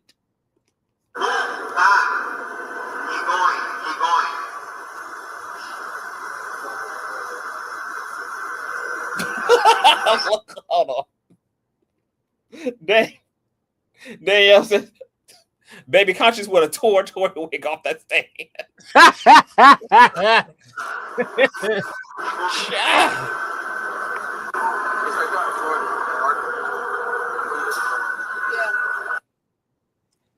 Because of shit. Because it's clear one shot thing of the, that's a clear glass. Shot. Clear shot. People are stupid. Wow. Let's go to the next piece of footage, baby. This shit is actually vindicates Megan. Like that's the gag of 36 hours later. It should be 36 hours later and why he's in goddamn prison. She cut herself when she stepped out. Okay, so these are still the officers, thinking that the injuries came from the glass. Mm.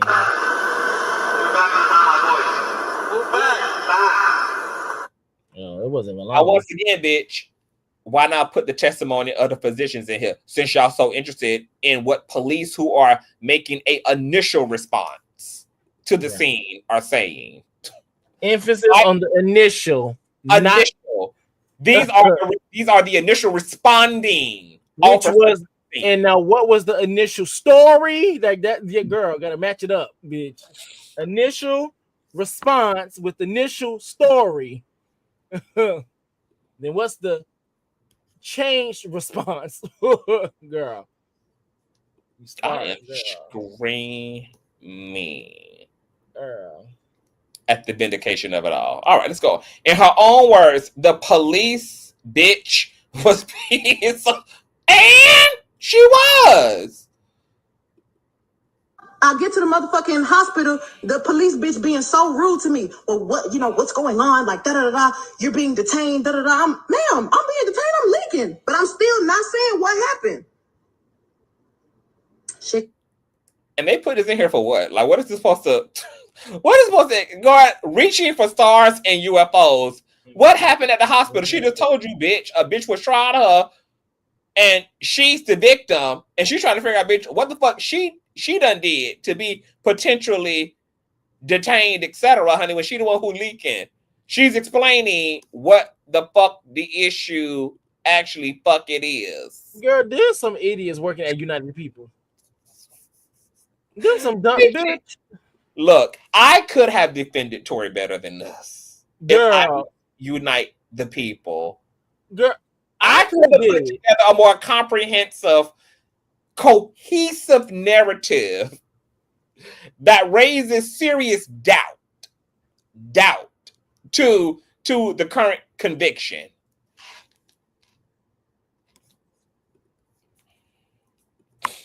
What did Megan say happened in the hospital? Police calmly spoke with Megan, who said she stepped on glass and mentioned she already had cuts on her right foot from stepping on glass the day before. We know that's also a lie because all of her cuts required stitching. So they were all fresh, not old ass cuts. And we already know she lied. We already know why she lied. Y'all know she lied. Miss, we have new evidence, new eyewitness affidavit from Bradley James. Mm-hmm. That Megan was shot. But accidentally, though. What happened to glass? And so what happened was you were just one ball stepping on glass. I have another cut on my right foot. I just stepped on glass the other day. So you were already hurt. And that's why you just your friends running back.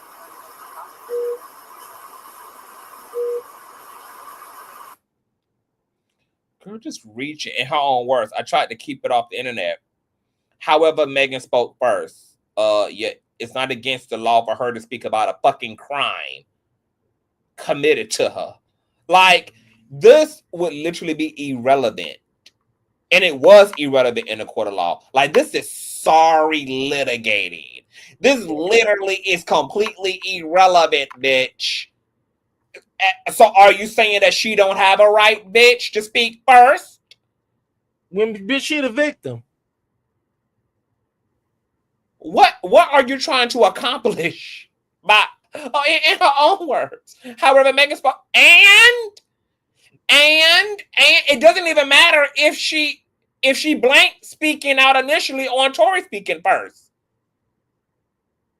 Tory is the one on the stand for being a convicted felon already on a diversion program who had a hot to touch gun found at his feet that he took ownership of, where someone ended up seriously harmed. The case isn't the United States versus Megan Pete. It's versus Daystar Peterson. The case isn't about who the fuck spoke first and who didn't.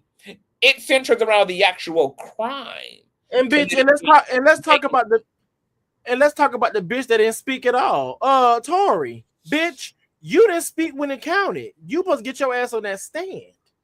Why would he get his ass on the stand, the reckless, when he was so his ass did it. And he was so drunk and couldn't remember what had happened that night? His ass did. What was he going to get on the stand and recall for someone who was so drunk and couldn't remember what had happened and what the argument was even about? But then turns around and says, "Oh, I outed the fact that I was fucking on two different friends." Wait, I thought you didn't even remember what you were arguing over. You were so drunk. You were so drunk. You were so faded. What do you mean? What are you talking about, Tory? Timeline Well, we won't have to go through it because this is literally irrelevant. Megan can say whatever the fuck she want to say. It wasn't her that pressed charges. Okay? So you would have been better off putting a timeline of any contradictions made on behalf of prosecution, because the case isn't Megan versus Tory. Megan is just a witness because she's a victim in the case the feds had against Tory. So all this is obviously an attempt to subject Megan to public contempt and public scrutiny. It's just a way to raise backlash against Megan because they actually need the support of the public in order to sign that petition, in order to apply pressure to a pale ass governor to free Tory on behalf of a pardon.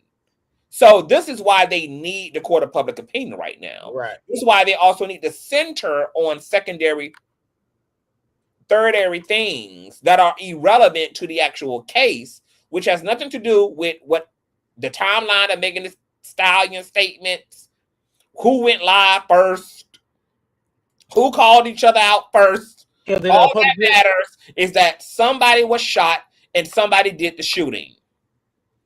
Because they know that public opinion, the general public is dumb as fuck. They get sidetracked and they have a lot of amnesia. Thank you, Auntie J. So I'm just getting on, baby. You like a 20. I'm telling y'all, I've been taking good care of myself. I've been staying away from these parasitic, vampirous,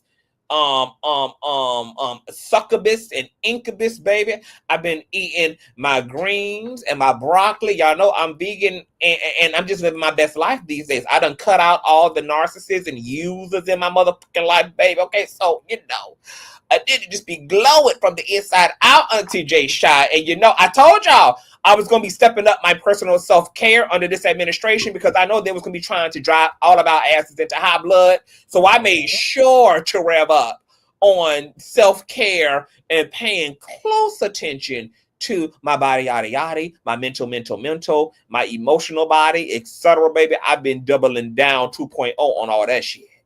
On all that shit, baby. So, a nigga is the only redeeming thing that came out of the Trump administration is it caused me to love myself even goddamn deeper because I know he gonna be getting it started every motherfucking day. So the only way to combat all that drama is by paying extra attention to yourself, pouring a bit more extra into yourself than what you normally would, and just packing on that self-care, just packing it on thick. Okay, baby, you don't need it. The negative stimuli out here is thick as hell. In her own words, I never put hands on anybody. Well, guess what? Once again, okay, you know what? I'm gonna ask you this because I don't know how you feel about it. I can believe that Megan and Kelsey had a fight. I believe that. That doesn't take anything away for me. For me, it doesn't change anything because two things to be true at the same time. I whoop this whole ass. We're swinging each other around, and Tory shot Meg. So that don't bother me. I can understand too why Kelsey and Megan didn't prioritize identifying that fight because ultimately it was irrelevant. It's not the state versus Kelsey. It's not the state versus Megan. This is not a legal battle between Megan and Kelsey. The only thing that matters, regardless of all the things, hell, we could have been sucking each other dicks down in the backseat of the SUV. It's irrelevant. Right. We could have had a threesome, a foursome with Jaquan at the bus stop on the side of that hill, leaving Kylie Jenner's house. We could have bust all type of nuts in that bitch's pool. On that hill. All over. Relevant. Instead of blood of the backseat could have been squirt juice. Pussy liquid. It is. Put a black light to the backseat of that SUV, bitch. You might be surprised by what more bodily fluids are in the back seat. So once again, I'm also honestly glad that if there was a fight between Kelsey and Megan, they did their big one by not speaking on that and not leaning into that, because what we now know is that Tory Lanez was going to alley-oop the fuck out of the whole case by playing into the Kelsey did it narrative. And had either one of their asses identified that motherfucking fight, it would have. That probably would have raised enough suspicion on the jury to render a mistrial or a acquittal, because nobody was going to be able to draw, conclusively who did what to Meg, because it was so messy that night. So even if there was a fight didn't result in a gun being fired. But thank God for Sean Kelly. we gonna be getting to his ass as well. Now, here's the interesting thing. Megan and Kelsey had a physical altercation. Eyewitness and physical evidence indicate a physical fight between Megan Pete and Kelsey. Kelsey had open wounds and cuts on her leg that were actively bleeding. No injuries were reported on Tory Lanez. The fight was between the women. What's interesting, right, is that there was really no verifiable injuries on Megan either. This little image here of an alleged lump on Megan's head First of all, I really don't even know what we're looking at. That either is a lump, or it's not a lump, or it's just angling and lighting, or we don't know how long Megan had this lump. She could have got this at the pool party at some point. Right. She could have had hit her head the day before. Considering how fucked up Kelsey is, you would think that Megan's injuries would be a little bit more equivalent and explicit if that, you know, if that was the tea, if that was the case, because I'm trying to figure out, bitch, how Meg only came out with a possible lump. Her wig ain't snatched. Her weave ain't snatched. The fight that I believe happened between Kelsey and Meg was more so like the way that sisters fight. Like, it was more so tussling and grabbing each other, not actually blow for fucking blow. Even though Sean Kelly did say them bitches were fighting were fighting to the death, bitch, outside. And Daquan said in his affidavit that the girls were swinging and banging too. But I do believe they were swinging and banging. But Austin, I believe that Megan was turning Kelsey every which way but loose. But another reason why. Could they have been swinging and banging though? Because Megan was wearing a 2-piece bikini, right? Mm-hmm. So they could have been swinging and banging too bad if Megan didn't have no other injuries aside from the shrapnel. So where were the rest of Megan's injuries if her and Kelsey was? I believe they were fighting, but I don't know about swinging and banging. No, but I believe swinging and banging. You don't see it like Freddy Krueger was on Kelsey's legs over there. Baby girl, they were swinging and banging. And the reason why Megan ain't got no injuries, she was too busy putting them on Kelsey. That's what it was. Now that could possibly also go to the reason why Tory was over there probably shooting towards Megan direction, because she was turning her ass every which way but loose. Possibly, I don't know. Okay, so you just introduced a whole new event then. So you can believe that Tory was responding to Megan and Kelsey's fight with gunfire. I can believe that, but I'm gonna tell you what, it goes wrong because people in the past have tried to spin it as if it was going to be like a self-defense thing. No, because if Megan had her back turned, that's not self-defense. Or because, remember, even Kelsey said that when she turned around, Megan looked like she was in like a deer in headlights. We don't know how far Kelsey was away from Megan, and we don't know how far she was away from Tory. Keep in mind, the security guard was breaking up the fight. We don't know how far they were, which means that if Megan is far away from Tory, that's not going to be self-defense. It's only self-defense if they right up on you, if they are an immediate threat to you. So, with that being said, he was just being ignorant, like we've been saying this whole time. Do I think that he meant to kill her? No, but being ignorant. I don't give a fuck what your intent was. It's about the impact. That's the reason why there's a distinction between murder and manslaughter. One meant to happen, the other one didn't, but they both have the same impact.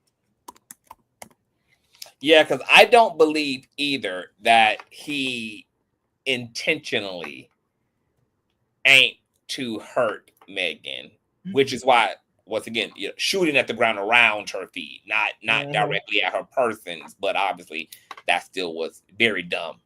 Yeah, calculations. Like for real, like even with my weapon at all in anybody's fucking direction is risky business. Yeah. Like, but once again, I don't play. He claims he was so drunk. Clearly. And why not just own that? Especially because I feel like that's even to that point. But even to that point, you so drunk. I can see Tory saying, "Let me get this G in and calm this bitch down." I can see him doing it. Dance, bob, dance, bitch, dance. Or what the fuck he said in between now. Let me get this to calm her ass down. Good. Because you whooping you, bitch. First off, you already blowing up my damn spot. First off, you came back and picked me up, bitch. I'm over trying to get this Travis Scott fucking baby mama puss. You coming back for me and shit, fucking up my whole goddamn scene. Then we arguing, you turning me every which way but loose verbally in the argument. Then I go to try to alley-oop the shit.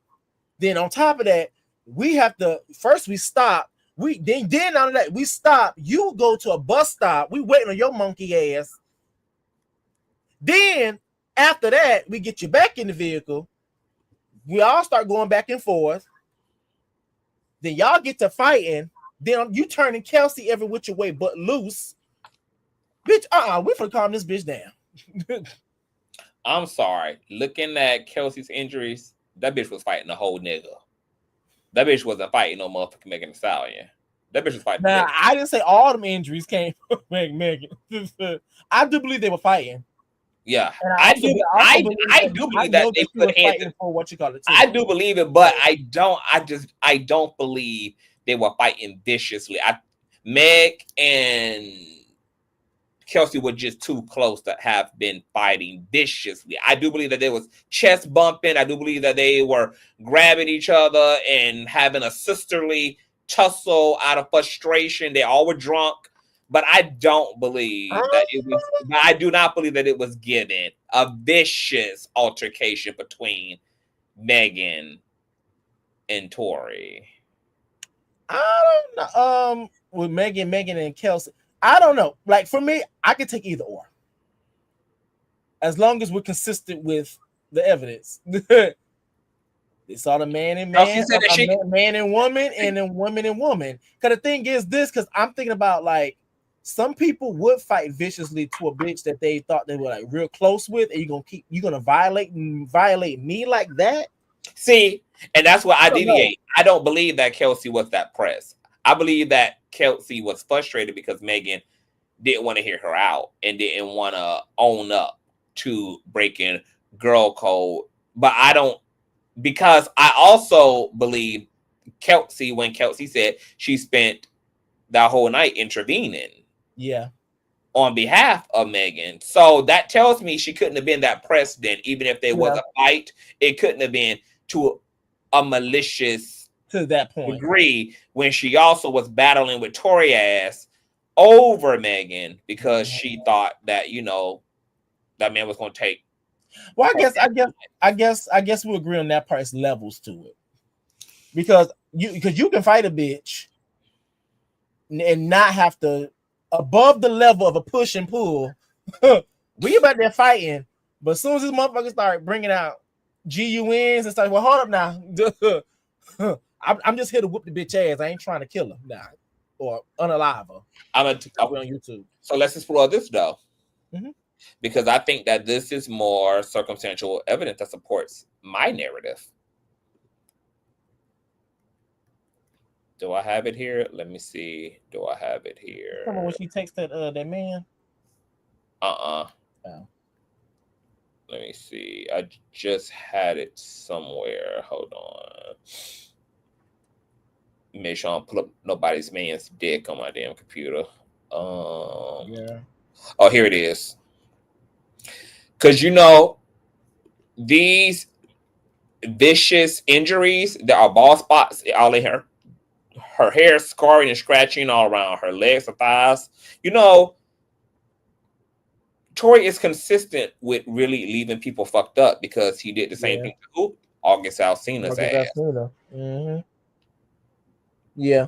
We don't have no history of Megan beating the fuck out of bitches. I mean, even if she can beat the fuck out of a bitch, but it's just ironic that the person who's involved in this altercation also viciously beat the hell out of someone else as well prior to this trial, which was August Alsina. So Tory is the one who has a super pathology of violence. I just don't think that. I do think the girls had a moment, but I just don't but think not, but just not to that. I don't think that they was banging it out like the fucking baddies. Like it wasn't like it wasn't giving Anya and Stunner, bitch. No. It wasn't given like a Tasiki, but it was given like a Woe Vicky, like a Woe Vicky type of fight. It wasn't really given much. Okay, because even Woe, hey, baby, she got her ass whooped. It was just giving a good sibling beat down. At best, a tussle. I believe that the bitches were swinging each other around. They were swinging each other around, possibly, except. But I don't believe there was any blows per se thrown. I don't believe nobody got their eyeballs gouged out or anything. Yeah, I don't believe like nothing like that. Now I believe that. Now I do believe they probably was like tussling, and Kelsey maybe got dragged a little bit, but nothing too severe. She only got dragged. Because girl, it's the end, girl. She only got dragged. Yeah. No, ain't even giving Scotty and Natalie because Scotty got her ass whooped. Or either Anna and Natalie. Scotty got that ass touched. Anna was over there turning Scotty in that blonde bob every which way. Okay, that first season when Anna got on there, but that was a key to me. Because here's the thing, Kelsey got fucked up by somebody, and neither Megan or Tory are reasonably injured. So somebody fucked her up like this, and no one has ever said it was a bodyguard. And she said it was Tory. She said it was Tory. Tory did this to her.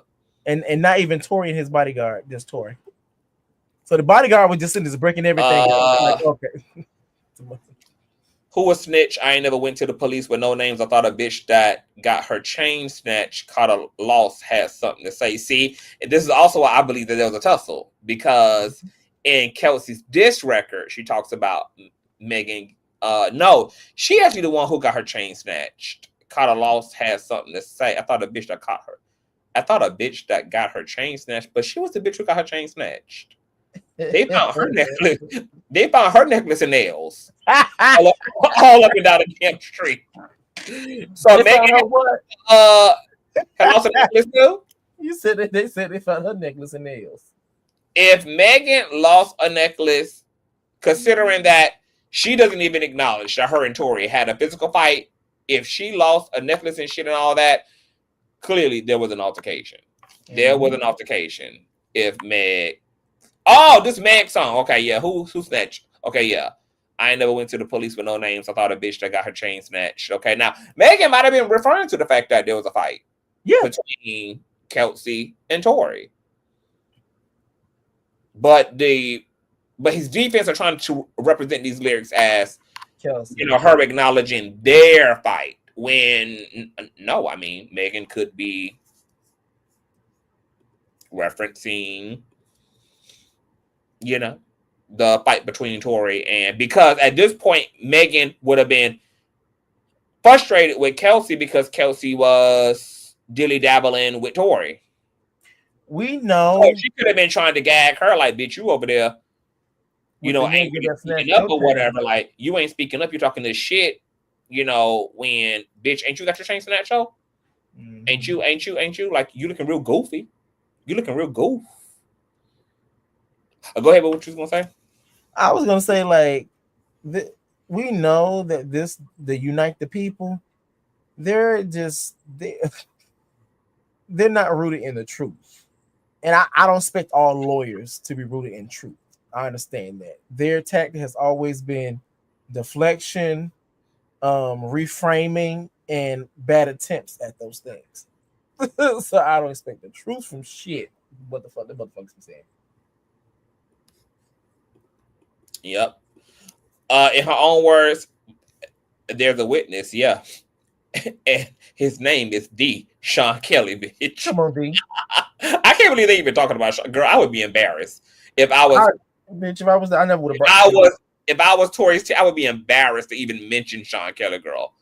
Sean Kelly gave an initial statement that made them hoes believe, girl, that he was about to single-handedly have Tory walking up out of the courthouse. But like I said in my previous live, girl, once Sean Kelly had took his fucking dementia pills. Once he had two Alzheimer's medication, bitch. Oh my God, I just remembered. Girl, he woke up real lucid, girl. I remember, girl. Who was who, bitch? He felt like Raven Baxter. That bitch had a vision. Hey, oh, he remembered it.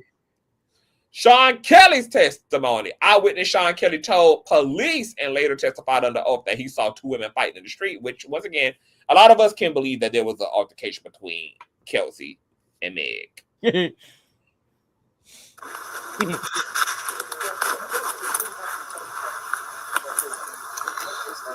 no, it isn't. No? They shot out of the car? Oh, wait. Well, the windows were open, that's why it sounded like either way. I didn't know they were on my side. The girl opened the door, two girls fighting, and then they shot.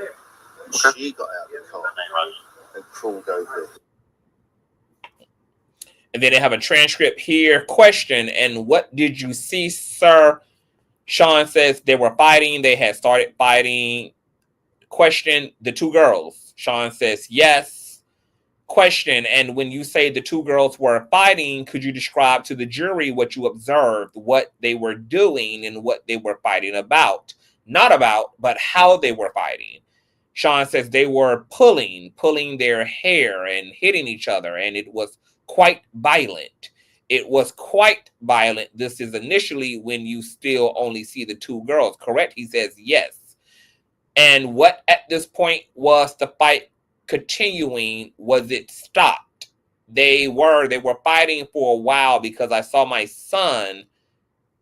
I told my son to come into the room and I asked him to get into my bed, and then they were still fighting. They was all bent over, sort of wrapped in each other, fighting.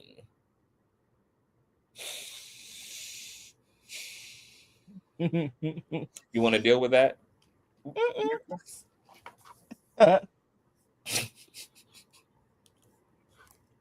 Girl, I believe that there was a physical altercation. I do.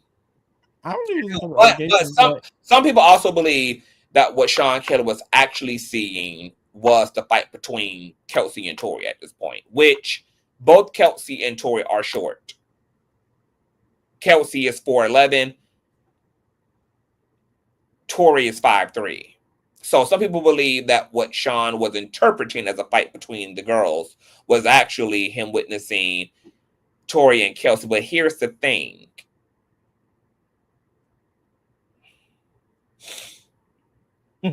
Well, I will have to see the whole transcripts. Sean Kelly's testimony. Sean Kelly testified that two women were fighting and one of them fired the first few shots while Tory was still in the car. He said Tory got out afterwards and tried to take the gun away. Question. Okay, did you state, sir, that the shorter gentleman didn't come out of the car until the initial shot fireworks had started? Yes. Excuse me. Yes. So when the initial shot or fireworks had started, isn't it true you stated that my client was still in the car? Yeah, I believe. Keyword, believe so. The shorter gentleman was in the car? Yes. Okay. Did you state that initially you saw the two girls fighting? I did, yes. Did you say that after you saw the two girls fighting, you saw one of the girls shoot, sir? I believe so, but thereafter, the question man, he interrupts his ass. Sean is about to explain, I believe so, but then he gets interrupted. Thereafter, did you say that the shorter guy got involved at that point trying to take the gun away? Mr. Bott, objection, leading the objection overruled. Is that what you said? The witness, yeah. That's what I said. Come on, they cut that off. Sean Kelly's statements to the investigators. In a separate interview, Sean Kelly said he saw Kelsey and Megan fighting violently, with Kelsey, rear passenger, attacking Megan, front passenger. The driver, Jaquan, tried to intervene. He stated that a woman fired the GUN while Tory Lanez, described as the shorter black guy, was stood in the back seat of the SUV. There is no way Tory fired the gun 5 times. Okay, let's check this out.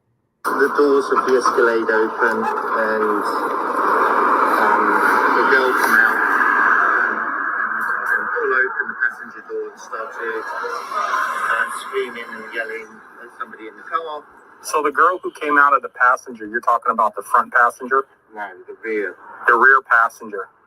So the girl comes out of the rear passenger and she goes to the front passenger? Yeah. And she opens up the car door? Yeah. And then what happens? They start they're screaming and shouting at each other, and they start fighting. The two girls? Yeah, I can see one like feet coming out trying to kick her, and the other one's fighting, and then the passenger gets out. So the girl who does the punching and the kicking is the girl that comes out of the back passenger? Can we stop there? Because I don't want to. I'll tell you, and then I want to get my son's on his own. Yeah, I understand. And it's loud with the cars. I don't really want to. So basically, the car stopped.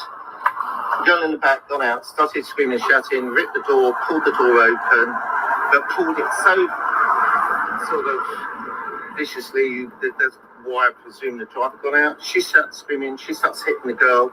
The girl on the side, her feet come out. She starts to kick the girl away. Passenger. They get out. They start fighting here. They start fighting. The driver comes around and tries to sort of break it up. It's a bit more violent. And between them, the girl then climbs back into the front row of the passenger seat. Where's the shorter black guy? He's in the back. He's in the back of the car? Okay. Okay. Then the gun. Then the girl shoots.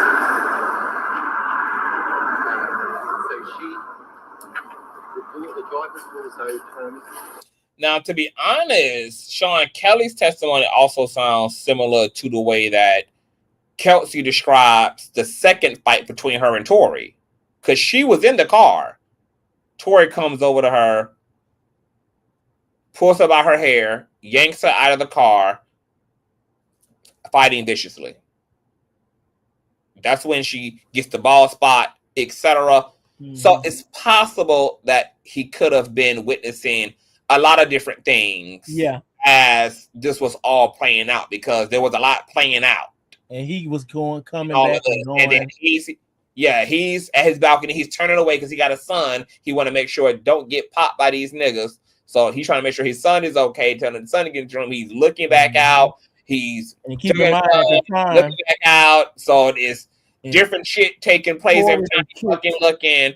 And Tory done kicked Kelsey and Megan out the vehicle. So it makes sense that he done pulled Kelsey out the vehicle. Because, bitch, I said get out. You and this bitch get out. And, bitch, you back in this vehicle. So, you're seeing the girl shoot? Can I help you?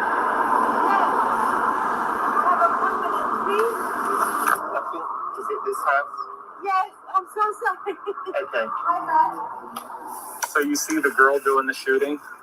I see what appears to be the girl standing here and going and shooting into the car. That's what it looked like to me. But it was dark, and I'm above. So, but then the guy gets out again from the back.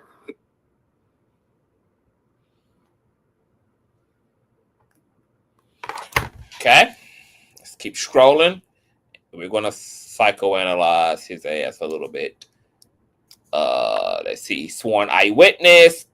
Key witness corroborates Sean Kelly's story. Okay, this shit is too small. I can't even read this. What is this? Together, the statements of Smith, James, and Kelly paint a consistent picture. Two were fighting. A woman fired the gun. Tory tried to de-escalate the situation. Sworn after. Oh, okay. So this is. We've read Jaquan, the driver's statement. Of course, you know what I mean. He would say. But here's the thing about Jaquan's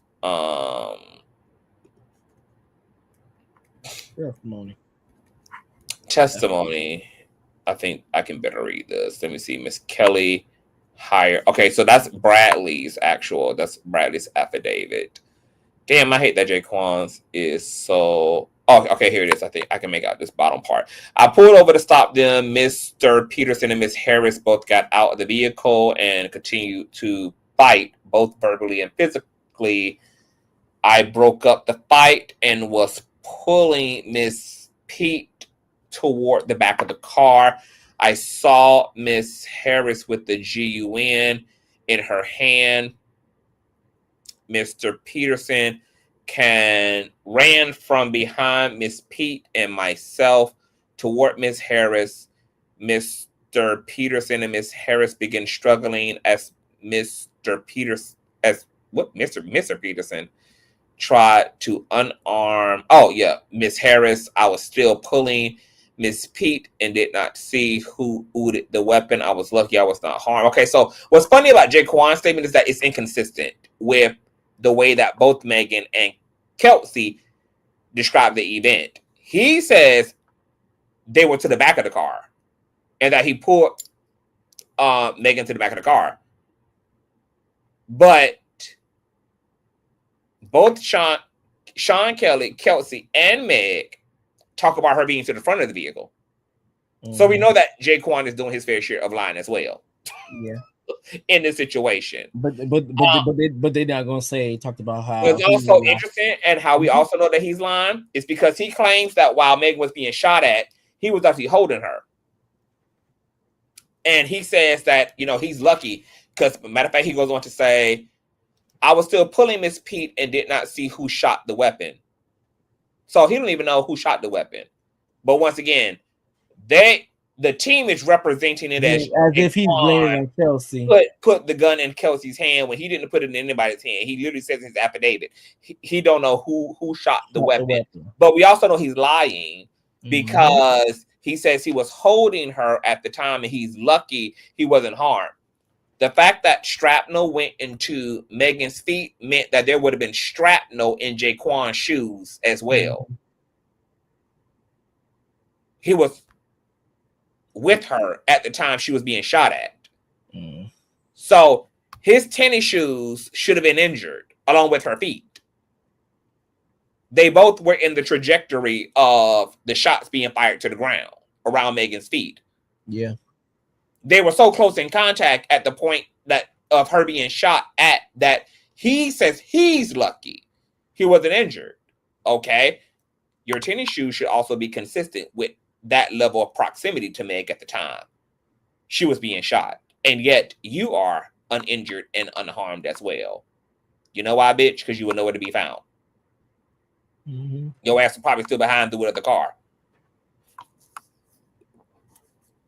or on the side,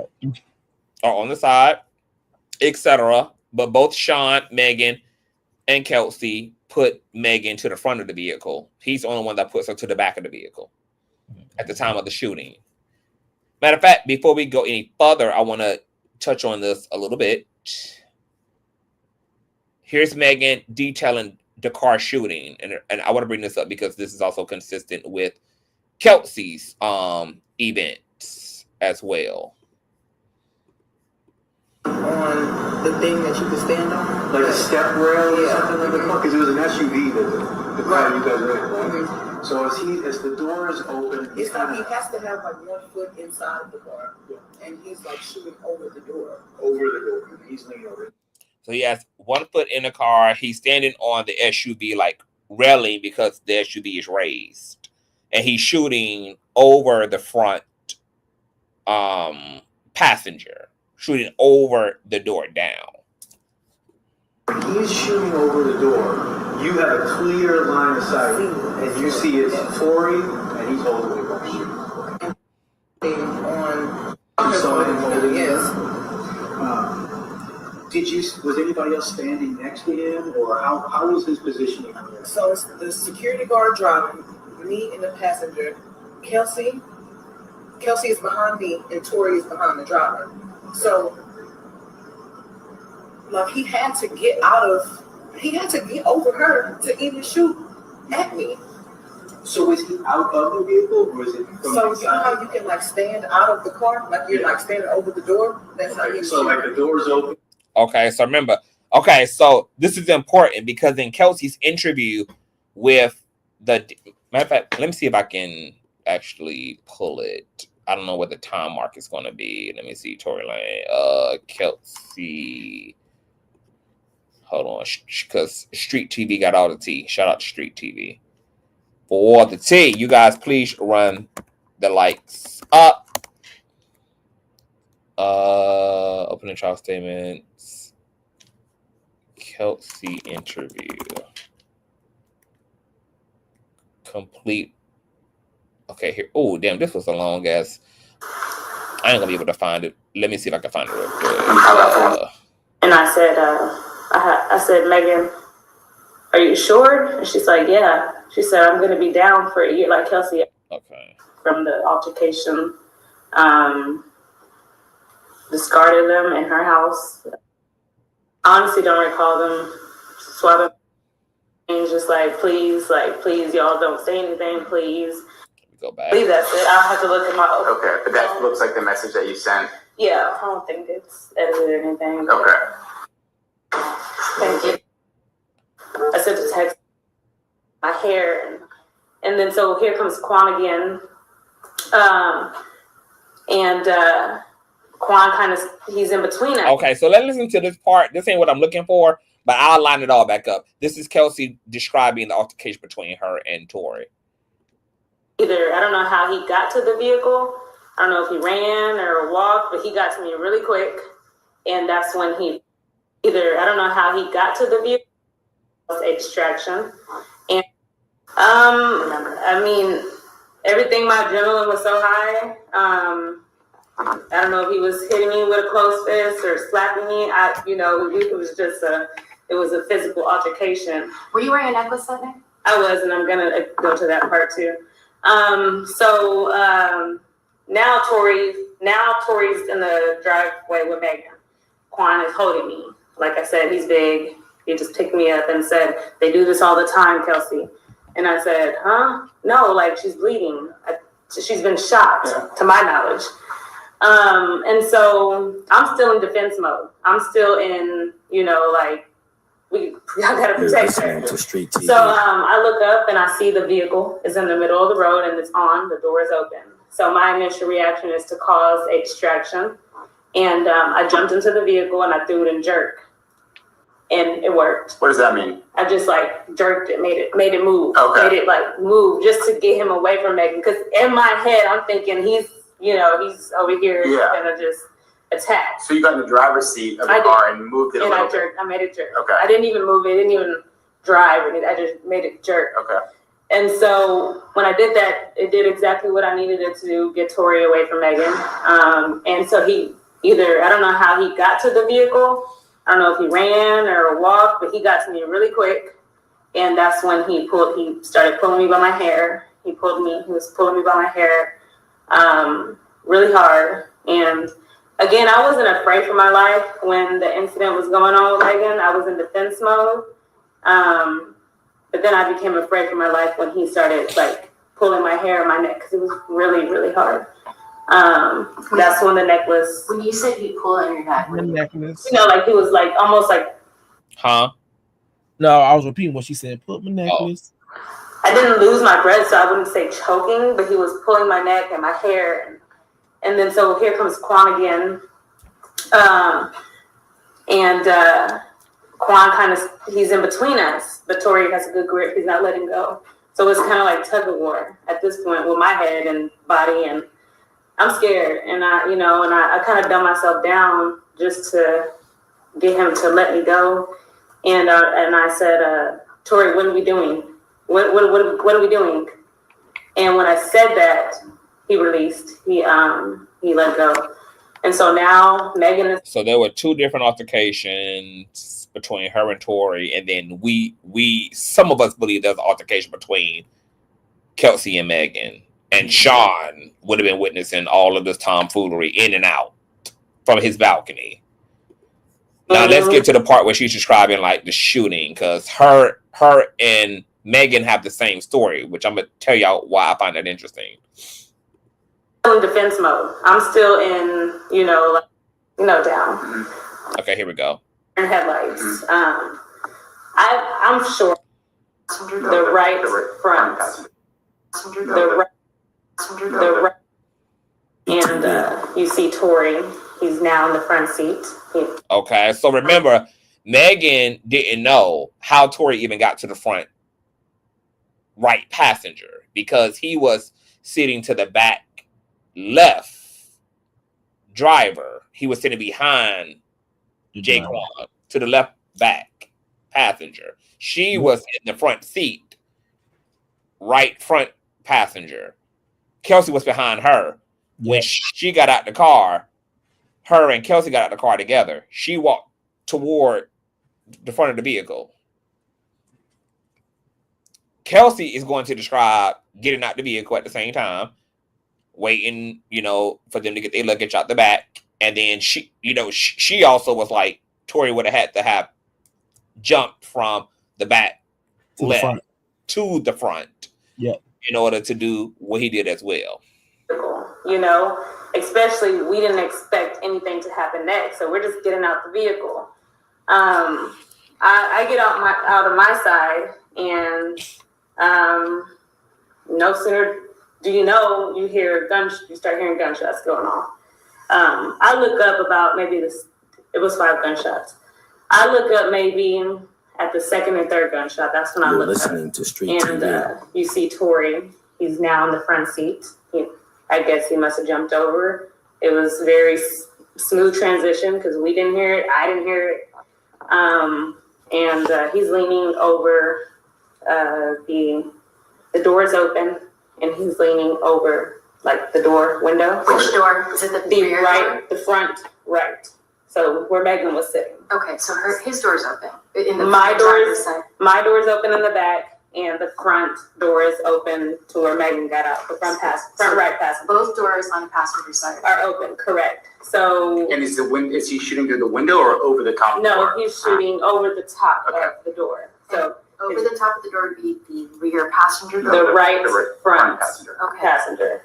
So, again, as I said, he must have jumped, or I don't know how he did it because it was very very smooth.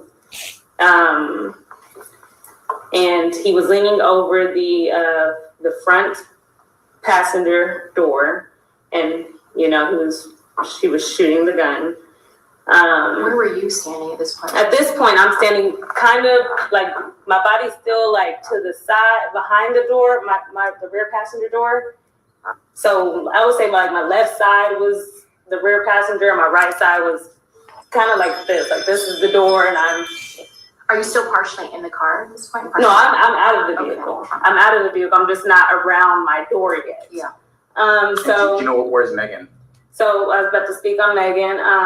So she was walking away when this happened, but by the third, fourth shot, and by the time I look up, she's facing towards us. And I've described it like a deer in headlights. To the front of the car. I'm short. I'm 4'11". The vehicle is kind of a little raised up higher than me, so I can't really see. I can only see from her chest up. That's all I can see. But the way Tory was angling the gun is kind of it wasn't straight. It was down. It was down in her direction? Definitely in her direction. Definitely in her direction. So at that point, we kind of were in shock, Did you hear him say anything as he was shooting? He did not say anything. Okay. There was no words at that point, What was Quan doing? Could you tell? I think everybody was in shock. Okay, so he wasn't part of it. Right here, at this point right here, he wasn't part of this. What I'm about to get into next, I can't tell you guys where Tory pulled the gun from. Like I said, the motion when he first threatened me was middle console, but I don't know if that's where the gun was. But you had said he referenced shooting y'all earlier while you're in the car, right? He threatened to shoot me. As if he had a gun in his control somewhere. Correct. Okay. And so after the shots rang, it was, like I said, 5 shots. We kind of froze. And by the time I get back into I snapped, Megan had either crawled or walked or limped over to, she's in a driveway. She's in a driveway on the. Okay, so I want y'all to listen to Megan's account again. That you can stand on? Like a step rail or something like that? Because it was an SUV, the car you guys read. So as the door is open, it's he has to have 1 foot inside of the car, and he's shooting over the door. Yes. And then he would be standing in the threshold, kind of almost over the window. Okay, leaning over the window. So he's actually still In the car. In the car, but kind of. Okay, so yes. Was anybody else standing next to him, or how was his positioning on this? So it's the security guard driving, me and the passenger. Kelsey is behind me, and Tory is behind the driver. So, like, he had to get over her to even shoot at me. So she doesn't know exactly how he got from the back seat left to the front right passenger. Clearly, Kelsey was actually in the back seat with Tory. So her assumption was he obviously just leaped through the medium into the front seat. What's interesting about both Kelsey and Megan being on the same page when it comes to seating, when it came to Tory hanging halfway out of the front right passenger door, standing on the step thing that you step onto the SUV to get into the seat and shooting over the car, is that both of them are telling the same sequence of events. Both of them are describing exactly what took place at the point of the shooting. Now, we know that they didn't commingle this together because they only spoke once that year, and they've been beefing ever since. They weren't friends. They weren't talking to each other. They were very angry with each other. Kelsey was very angry with Megan.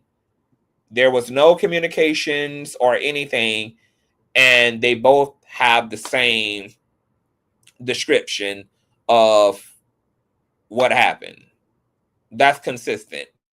That's even consistent with what Sean Kelly finally awoke to on trial day, when he said that he initially thought Kelsey was the shooter because he had not seen Tory Lanez at that point at all, doing all this fighting outside the vehicle, etc.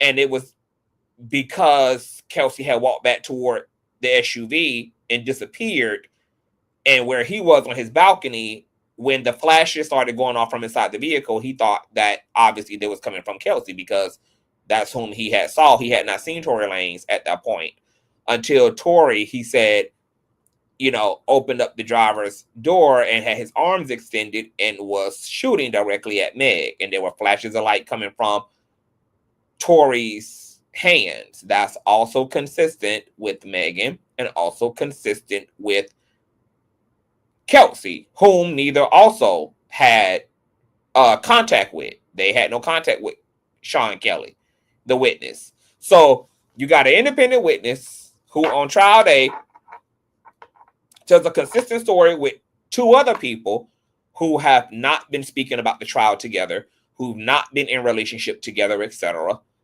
And everybody has pretty much the same working story around all of this.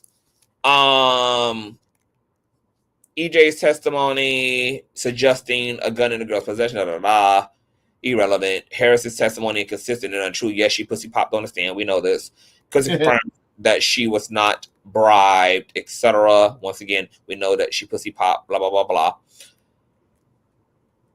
He is standing up over the window shooting, which is consistent with Kelsey and consistent with Sean Kelly. New evidence, her own words, why would I lie, blah, blah, blah. Text messages, evidence appeared edited. Text messages used in court deferred from the version shared publicly. That was interesting. I'm thinking maybe what had happened, because I don't know why the text messages are editing. What I assumed maybe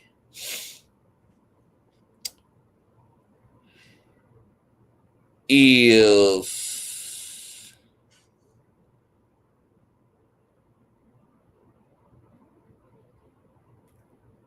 I really don't know why the fuck.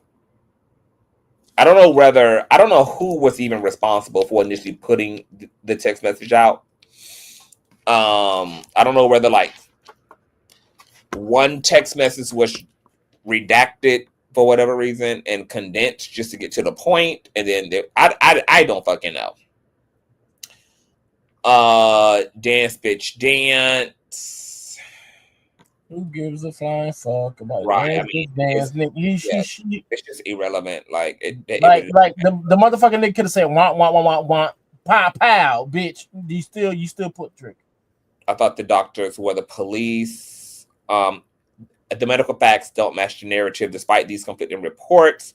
None of the doctors were called to testify in court. Dr. Anthony, the ER for 2020, described injury as a laceration from broken glass. There is no mention of gunshot wounds. I think that this was the first doctor actually who just looked at her wounds. And once again, she admitted she was still alive. It was the second medical physician.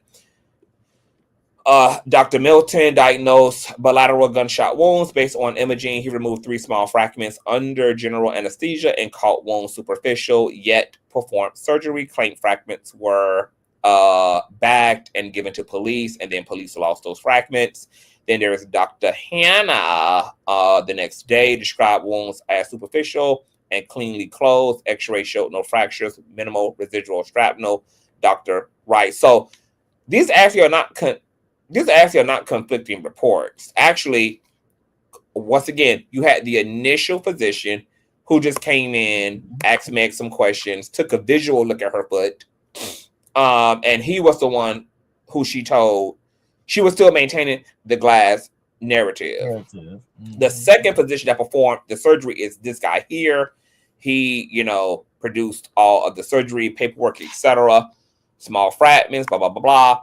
And she comes the next day. Okay. So that would be consistent. The wounds are superficial, like the second doctor said. Cleanly closed because once again, he did the work the day before. He came and cleaned the wound, stitched up everything, and got her up and ready. So this was the follow-up physician the next day, looking at the good work of the surgeon.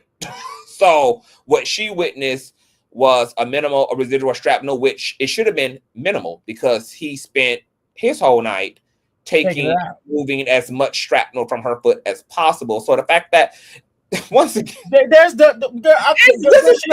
not rocket science. But see, what I have an issue with is the fact that Tory's team are just like him. They actually really do believe that the public is stupid. And sadly, they are.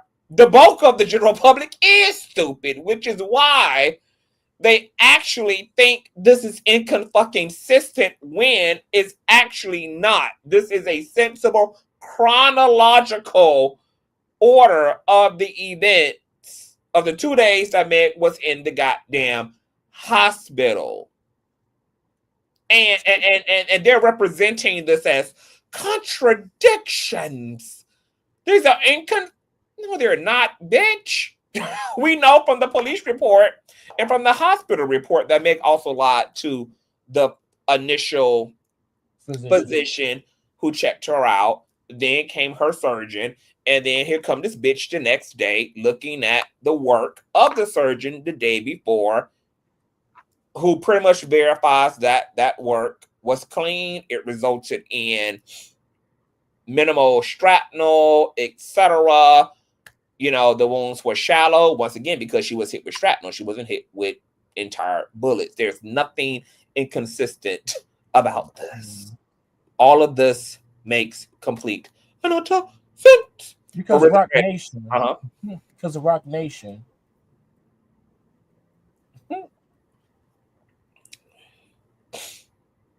The fragments were lost, yes. Okay, cool. The fragments was lost, but apparently we have X-rays, we have surgery, we have. She still got some of her feet. And you have 80% GUN DNA. I mean, you have 80% DNA on a GUN by a male, captured on ring audio, a gun hot to touch at Tory's feet, and a woman who was already bleeding before she ever stepped out of a car that a bottle also rolled out of. And you now have the same team holding press conferences, submitting affidavits, using the narrative that Megan was actually shot, but not by Tory, but by Kelsey instead. So once again, sheer contradictions and a goddamn mess, etc. Moments that showed Tory cared. Like, this is the same man that also lied about fucking up August Alsina. He said he was in the studio. The fuck? Of course he cares. He should, just like Megan is. This is gonna fuck up my career. Yeah, he knows this also. It's gonna fuck up a lot of shit. He's already on a divergent program. He done fucked up royally. So yes, he better play soft guy. He better play non-threatening guy. He better play non-criminal guy. He better act like it ain't nothing here to see. Yeah, he's acting like he cares. That is true. But the question is, what's his motive behind him caring? Is he caring because he really cares, or he caring because he know he fucked up? Girl. Let's take a look. Address that the incident occurred? The shooting happened? Nah, I don't know that address, bro. I was just trying to help my girlfriend. 1 second, bro. Girlfriend? I am playing with a girlfriend. Stay right here for me, bro. Hey, we got an ambulance coming for her. Okay? Hey, bro, step up right here. We got an ambulance coming for her. All right? Just a quick question. It's gonna be good. Have any injuries on you? No, I don't. Do you need an art? And I also find it funny how they're only going to selectively they're only going to selectively highlight how Tory was showing affection toward Megan. You know who else was? The bitch who y'all blaming as a shooter also was showing affection. She was the one outside the hospital. She was the one waiting for Megan outside the hospital, honey. So what is it supposed to mean that Tory was showing concern? What does that mean? Because Rock Nation was involved. What is that supposed to mean? Because Rock Nation was involved. Do you want to talk about what happened tonight? Your girl to safety? He's such a fucking narcissist. Misinterpreted apology. I don't want to hear from these folks. Prosecutorial misconduct concerns. Prosecutors intended to use Tory Lanez rap lyrics, tattoos, and uncharged prior incidents to prejudice the jury, mentioning Tory Lanez's right to not testify potentially violated his constitutional protections. Tory Lanez's choice to testify or not is a protected constitutional right. The fact that a defendant does not testify on his own behalf should not be fodder for the courts, nor how was his right stripped when he didn't want to take the stand. It's like these lawyers forgot that they also spoke out 2-3 years ago when everybody was saying he should take the stand, he should take the stand, he should take the stand. The lawyers was saying it was not in the best interest of him to take the stand because they really thought they had created enough doubt to result in a mistrial or either a acquittal. They thought that there was not enough concreteness here for that. They didn't want Tory fucking up the church's money, which he was cooked either way. Justice requires clarity. So let's deal with, this is why, because we also heard from the jury members, this is why Sean Kelly's testimony was powerful, but ultimately it wasn't the smoking GUN. EJ's testimony wasn't the smoking GUN. All this dash cam footage was presented at trial. The whole glass narrative was presented at trial. You know what fucked Tory up? And the jury said this. Those apologies is what sealed his deal. Mm-hmm. That apology to Meg in the text, and the apology to Kelsey and Meg on the prison call. That was the shit that convinced the jury that that man was guilty.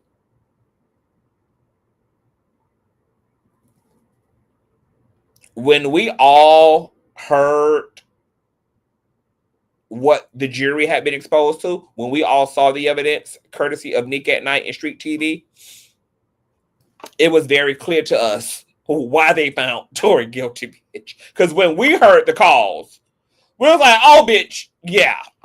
Yeah, I mean, you're not going to get any more blatant and any more of a smoking GUN than that. When we heard the phone call, for most people, that was it right there. That was it right there. Everything else was just like bonus material. Everything else was just like, oh.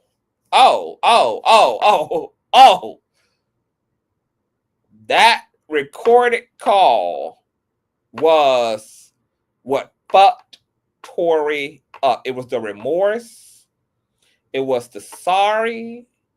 It was the acknowledging that he did something very heinous, did something very unforgivable, did something he wished he could take back, did something that was the result of alcohol, and the fact that he ended that call, doubling down on an apology. I just want to remind y'all. I just want to remind you, Kelsey, I'm sorry. I'm sorry. I'm sorry. That brought prosecution's arguments in defense full circle, baby. Full circle. Full circle. Even if Tory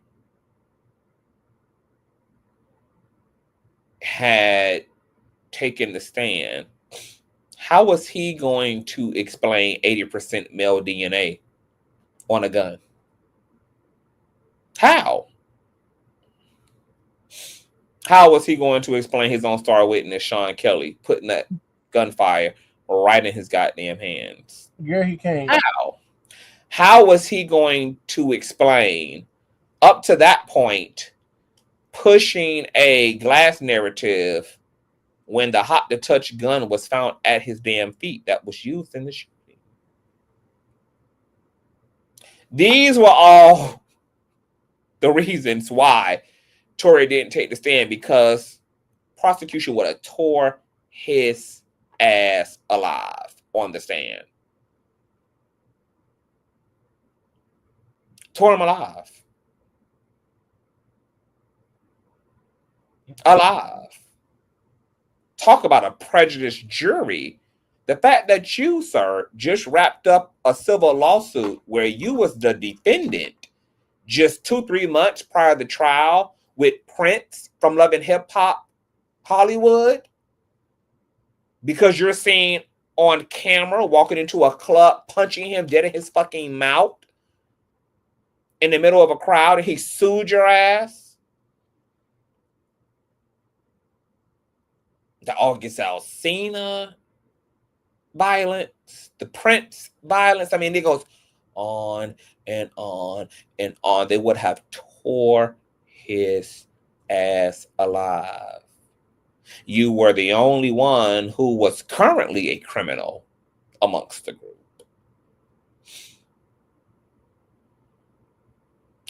Tory had also violated court orders, violated restraining orders.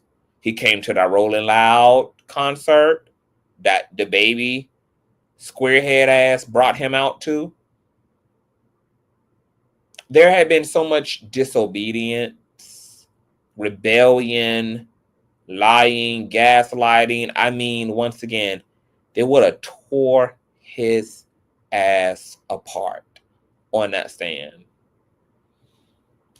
He got off good not taking the goddamn stand, to be honest, because he would have got embarrassed.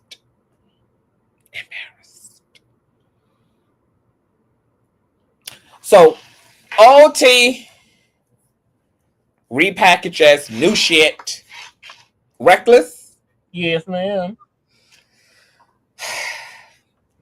What are your thoughts? Girl, check it up. Locked up. I don't know if they're gonna let him out. Because I can't say they ain't gonna let him out. Girl. Let me see if I can pull up the footage of him assaulting Prince. It's actually club footage. Let's see here. Tory Lanez punching Prince.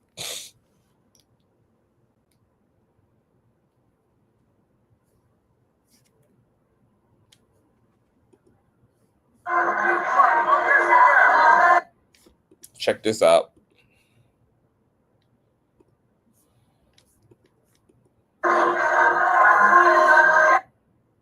Ooh. Wow.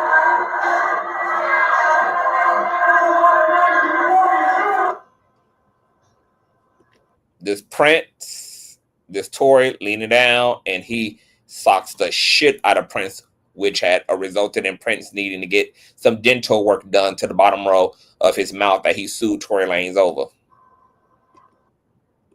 You know, Tory Lanez he had just tied up this lawsuit just 2 or 3 months prior. I was gonna say, and plus, we every time I see Tory Lanez, he be having rings and shit on his hand. Look, he fucked Prince's mouth up. As a matter of fact, here is Prince talking about it. My shit wasn't like this morning.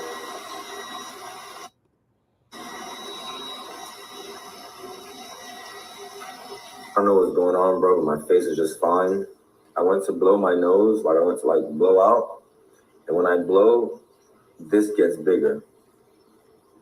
It like I can't see that. Blows out. Like big. I don't know. It's playing like this air, like a I don't know how to.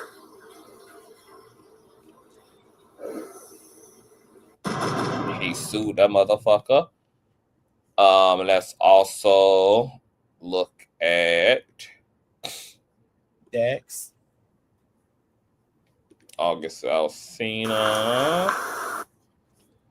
I'm standing at him and I forget to pick my face up. Remember, he lied about this. He lied about hurting August Alsina until the video leaked. He didn't know there was proof. This man has a violent apology. Wait, do me a favor. Take that comment off because it blocks it. You can see the whole thing. I want to leave it up there because it provides context. Gotcha. For those who are going to be catching the replay.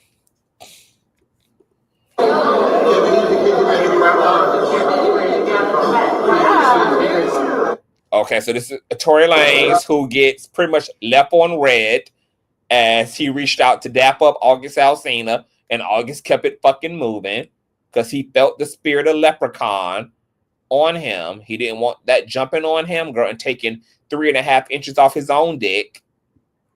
And Tory ran down the hall and beat the hell out of that man. At the same time, who's to say that they didn't have a run-in prior? Girl, he is shook. Girl, he is pressed that he got left on red, girl. I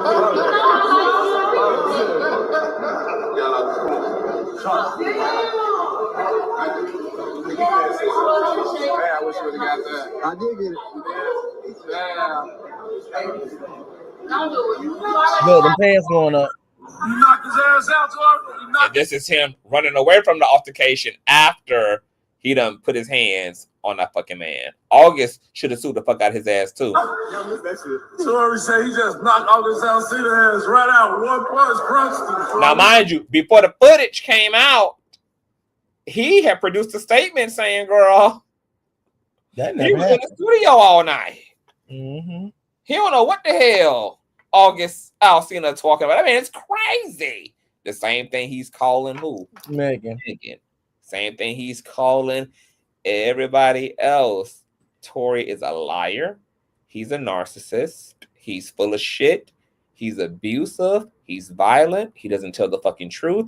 And he's exactly where the fuck he belongs. Now, here's the thing. A lot of people don't feel like because Governor Gavin Newsom is on the progressive side that he's going to pardon Tory. I don't know. I don't feel safe in I don't feel safe in speaking emphatically about the judicial system at this point. We live in just in a different time. This is a different culture. And I've been shocked at the things that have happened. Just in general. In this particular stage and age of America. Especially when we have a whole president who's talking about pardoning P. Diddy if he's found guilty. That he's willing to consider pardoning P. Diddy. because a lot of our leaders are corrupted, they can be brought, they can be paid, and or they just don't stand on motherfucking business. They're weak. They succumb to public scrutiny. They succumb to the pygmisha in them, and they give in to the bullying. They give in to the pressure once again. I don't know how well built Gavin Newsom is. I don't know. I don't know shit about Gavin Newsom. I don't know what Gavin Newsom looks like under pressure. I don't know what Gavin Newsom looks like when a young, bone straight bitch who probably makes his dick hard is out here calling on him to pardon this man, and that there's over 300,000 signatures on a petition, and there's old ass trial data being repurposed as suppressed evidence. I don't know whether that will prevail. But let me tell you something. I'm leaving fucking room for it to. Because I don't feel comfortable saying anything emphatically in this era of America about these systems that are put into place to protect us and to serve us. The same president that tried to justify running undocumented immigrants up out of this country based upon the fact that they were dangerous is the same president that's actively releasing and pardoning criminals back into the American streets. There's a lot of mind games, a lot of witchcraft, a lot of psyops. There's a lot of psychological warfare being performed on the American people.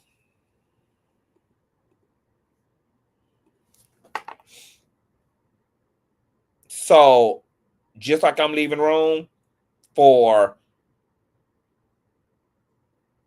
P. Diddy has to be pardoned, I'm leaving room for Tory to be pardoned. We living in some strange times, y'all.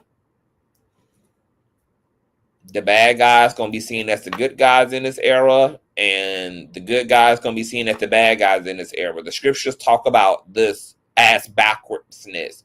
It talks about a generation of lawlessness in the end of days. It talks about how the things of God will be considered the things of the devil, like love, virtue, compassion, unity, charity. These things will be demonized, and the things of the devil will be glorified. Violence, selfishness, egotism, greed, self-centeredness.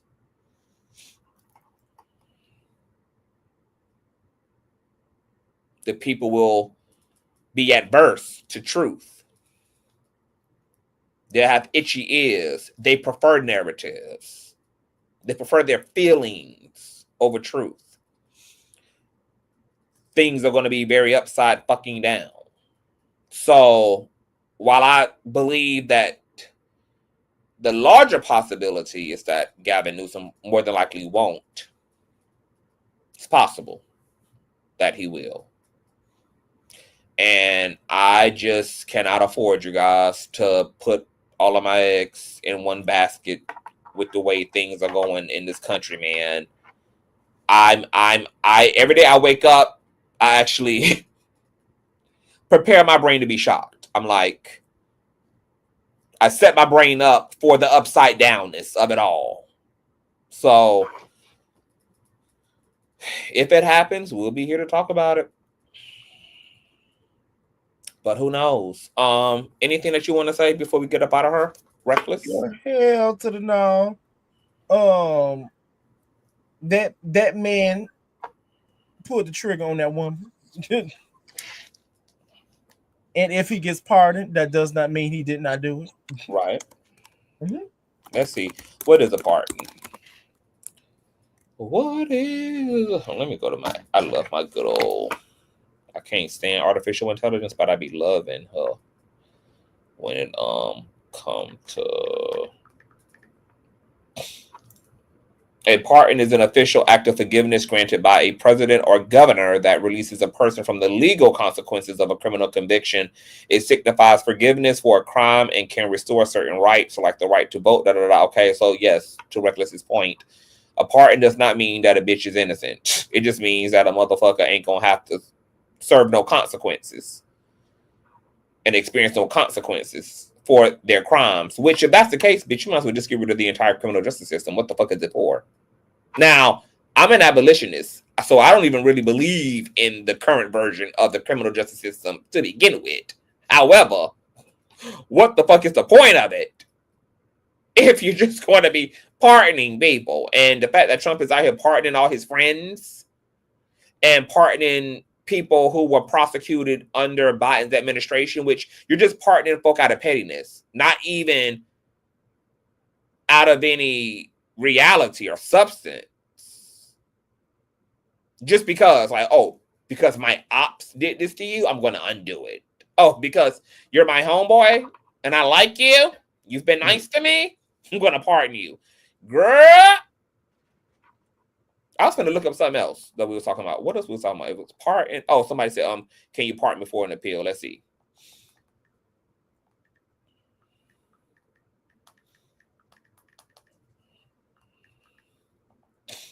Y'all thumbs up, thumbs up, thumbs up. If y'all love what the king is doing, baby, y'all hit the Cash App and PayPal. Yes, a pardon can be granted before conviction is even finalized. So, Diddy could get out, girl, before he's even fully convicted. The president's pardon power extends to offenses against the United States, and it can be exercised at any point in the process, from before any charges are brought to after a conviction, and even after the sentence has been served.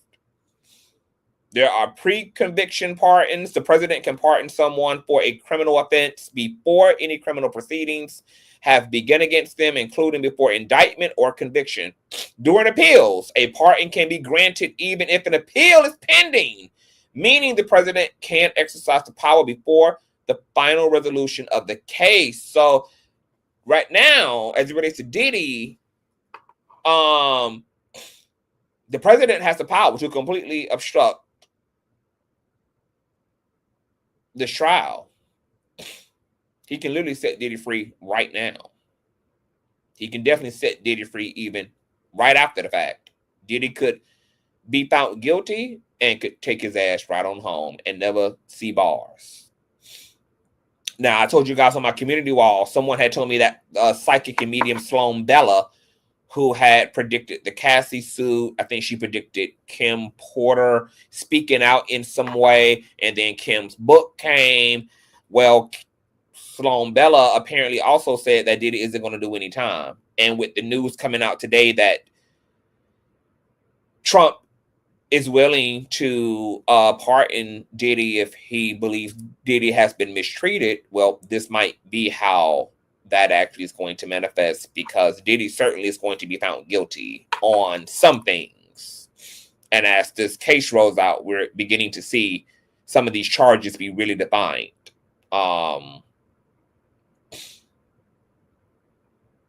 But guilty and all, he may never serve a day in prison.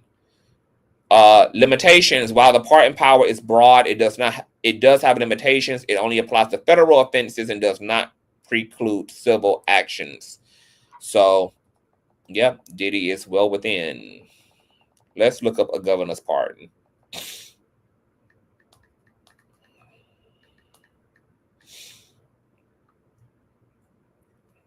A governor's pardon is an official act by a state governor that grants forgiveness or leniency for a crime, effectively nullifying some or all of the legal consequences of a conviction. This can include restoring lost civil rights, such as the right to vote and own a firearm. A pardon is an act of clemency, meaning mercy or leniency granted by the governor of a state. It is a formal act that forgives a crime and can have various effects on the individual's record and rights. Governors typically have the power to grant pardons, but the process and rules vary by state. Some states have boards and commissions that advise the governor on pardon decisions. In some cases, a pardon may restore lost civil rights, such as the right to vote and possess a firearm. A pardon does not typically erase the criminal conviction from the person's record. Full pardon is unconditionally absolves the person of the conviction and all consequences. Partial pardon relieves the person from some of the crime's punishments or consequences. Absolute pardon grants without any conditions, and conditional pardon granted with certain conditions, etc. So yeah, I'm not sure how California pardons work. Let me see. How does, since it changes state to state, how does it California?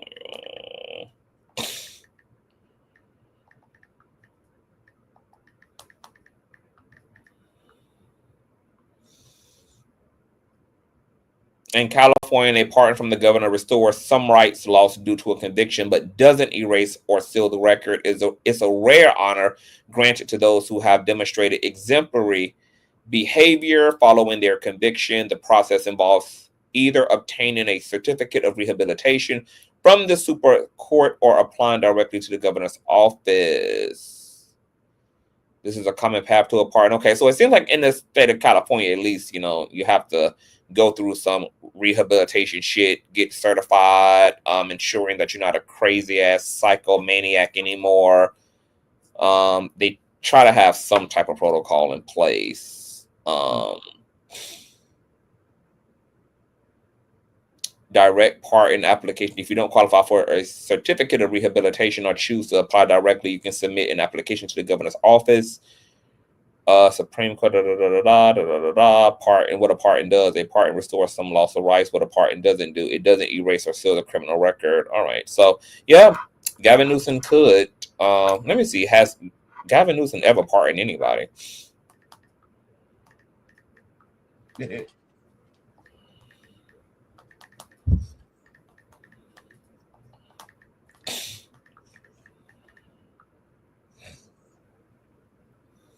Yes, the California Governor Newsom has granted numerous pardons since taking office in 2019. Number of pardons as of April 18th of 2025, according to the governor of California's website, Newsom has granted 224 pardons. Now, what were those pardons for, though? Well, obviously, we won't find out. But one was for Richard Allen Pennery, a posthumous pardon was granted to this Army veteran and Medal of Honor recipient who struggled with PTSD after his service. Doesn't tell us exactly why he was even.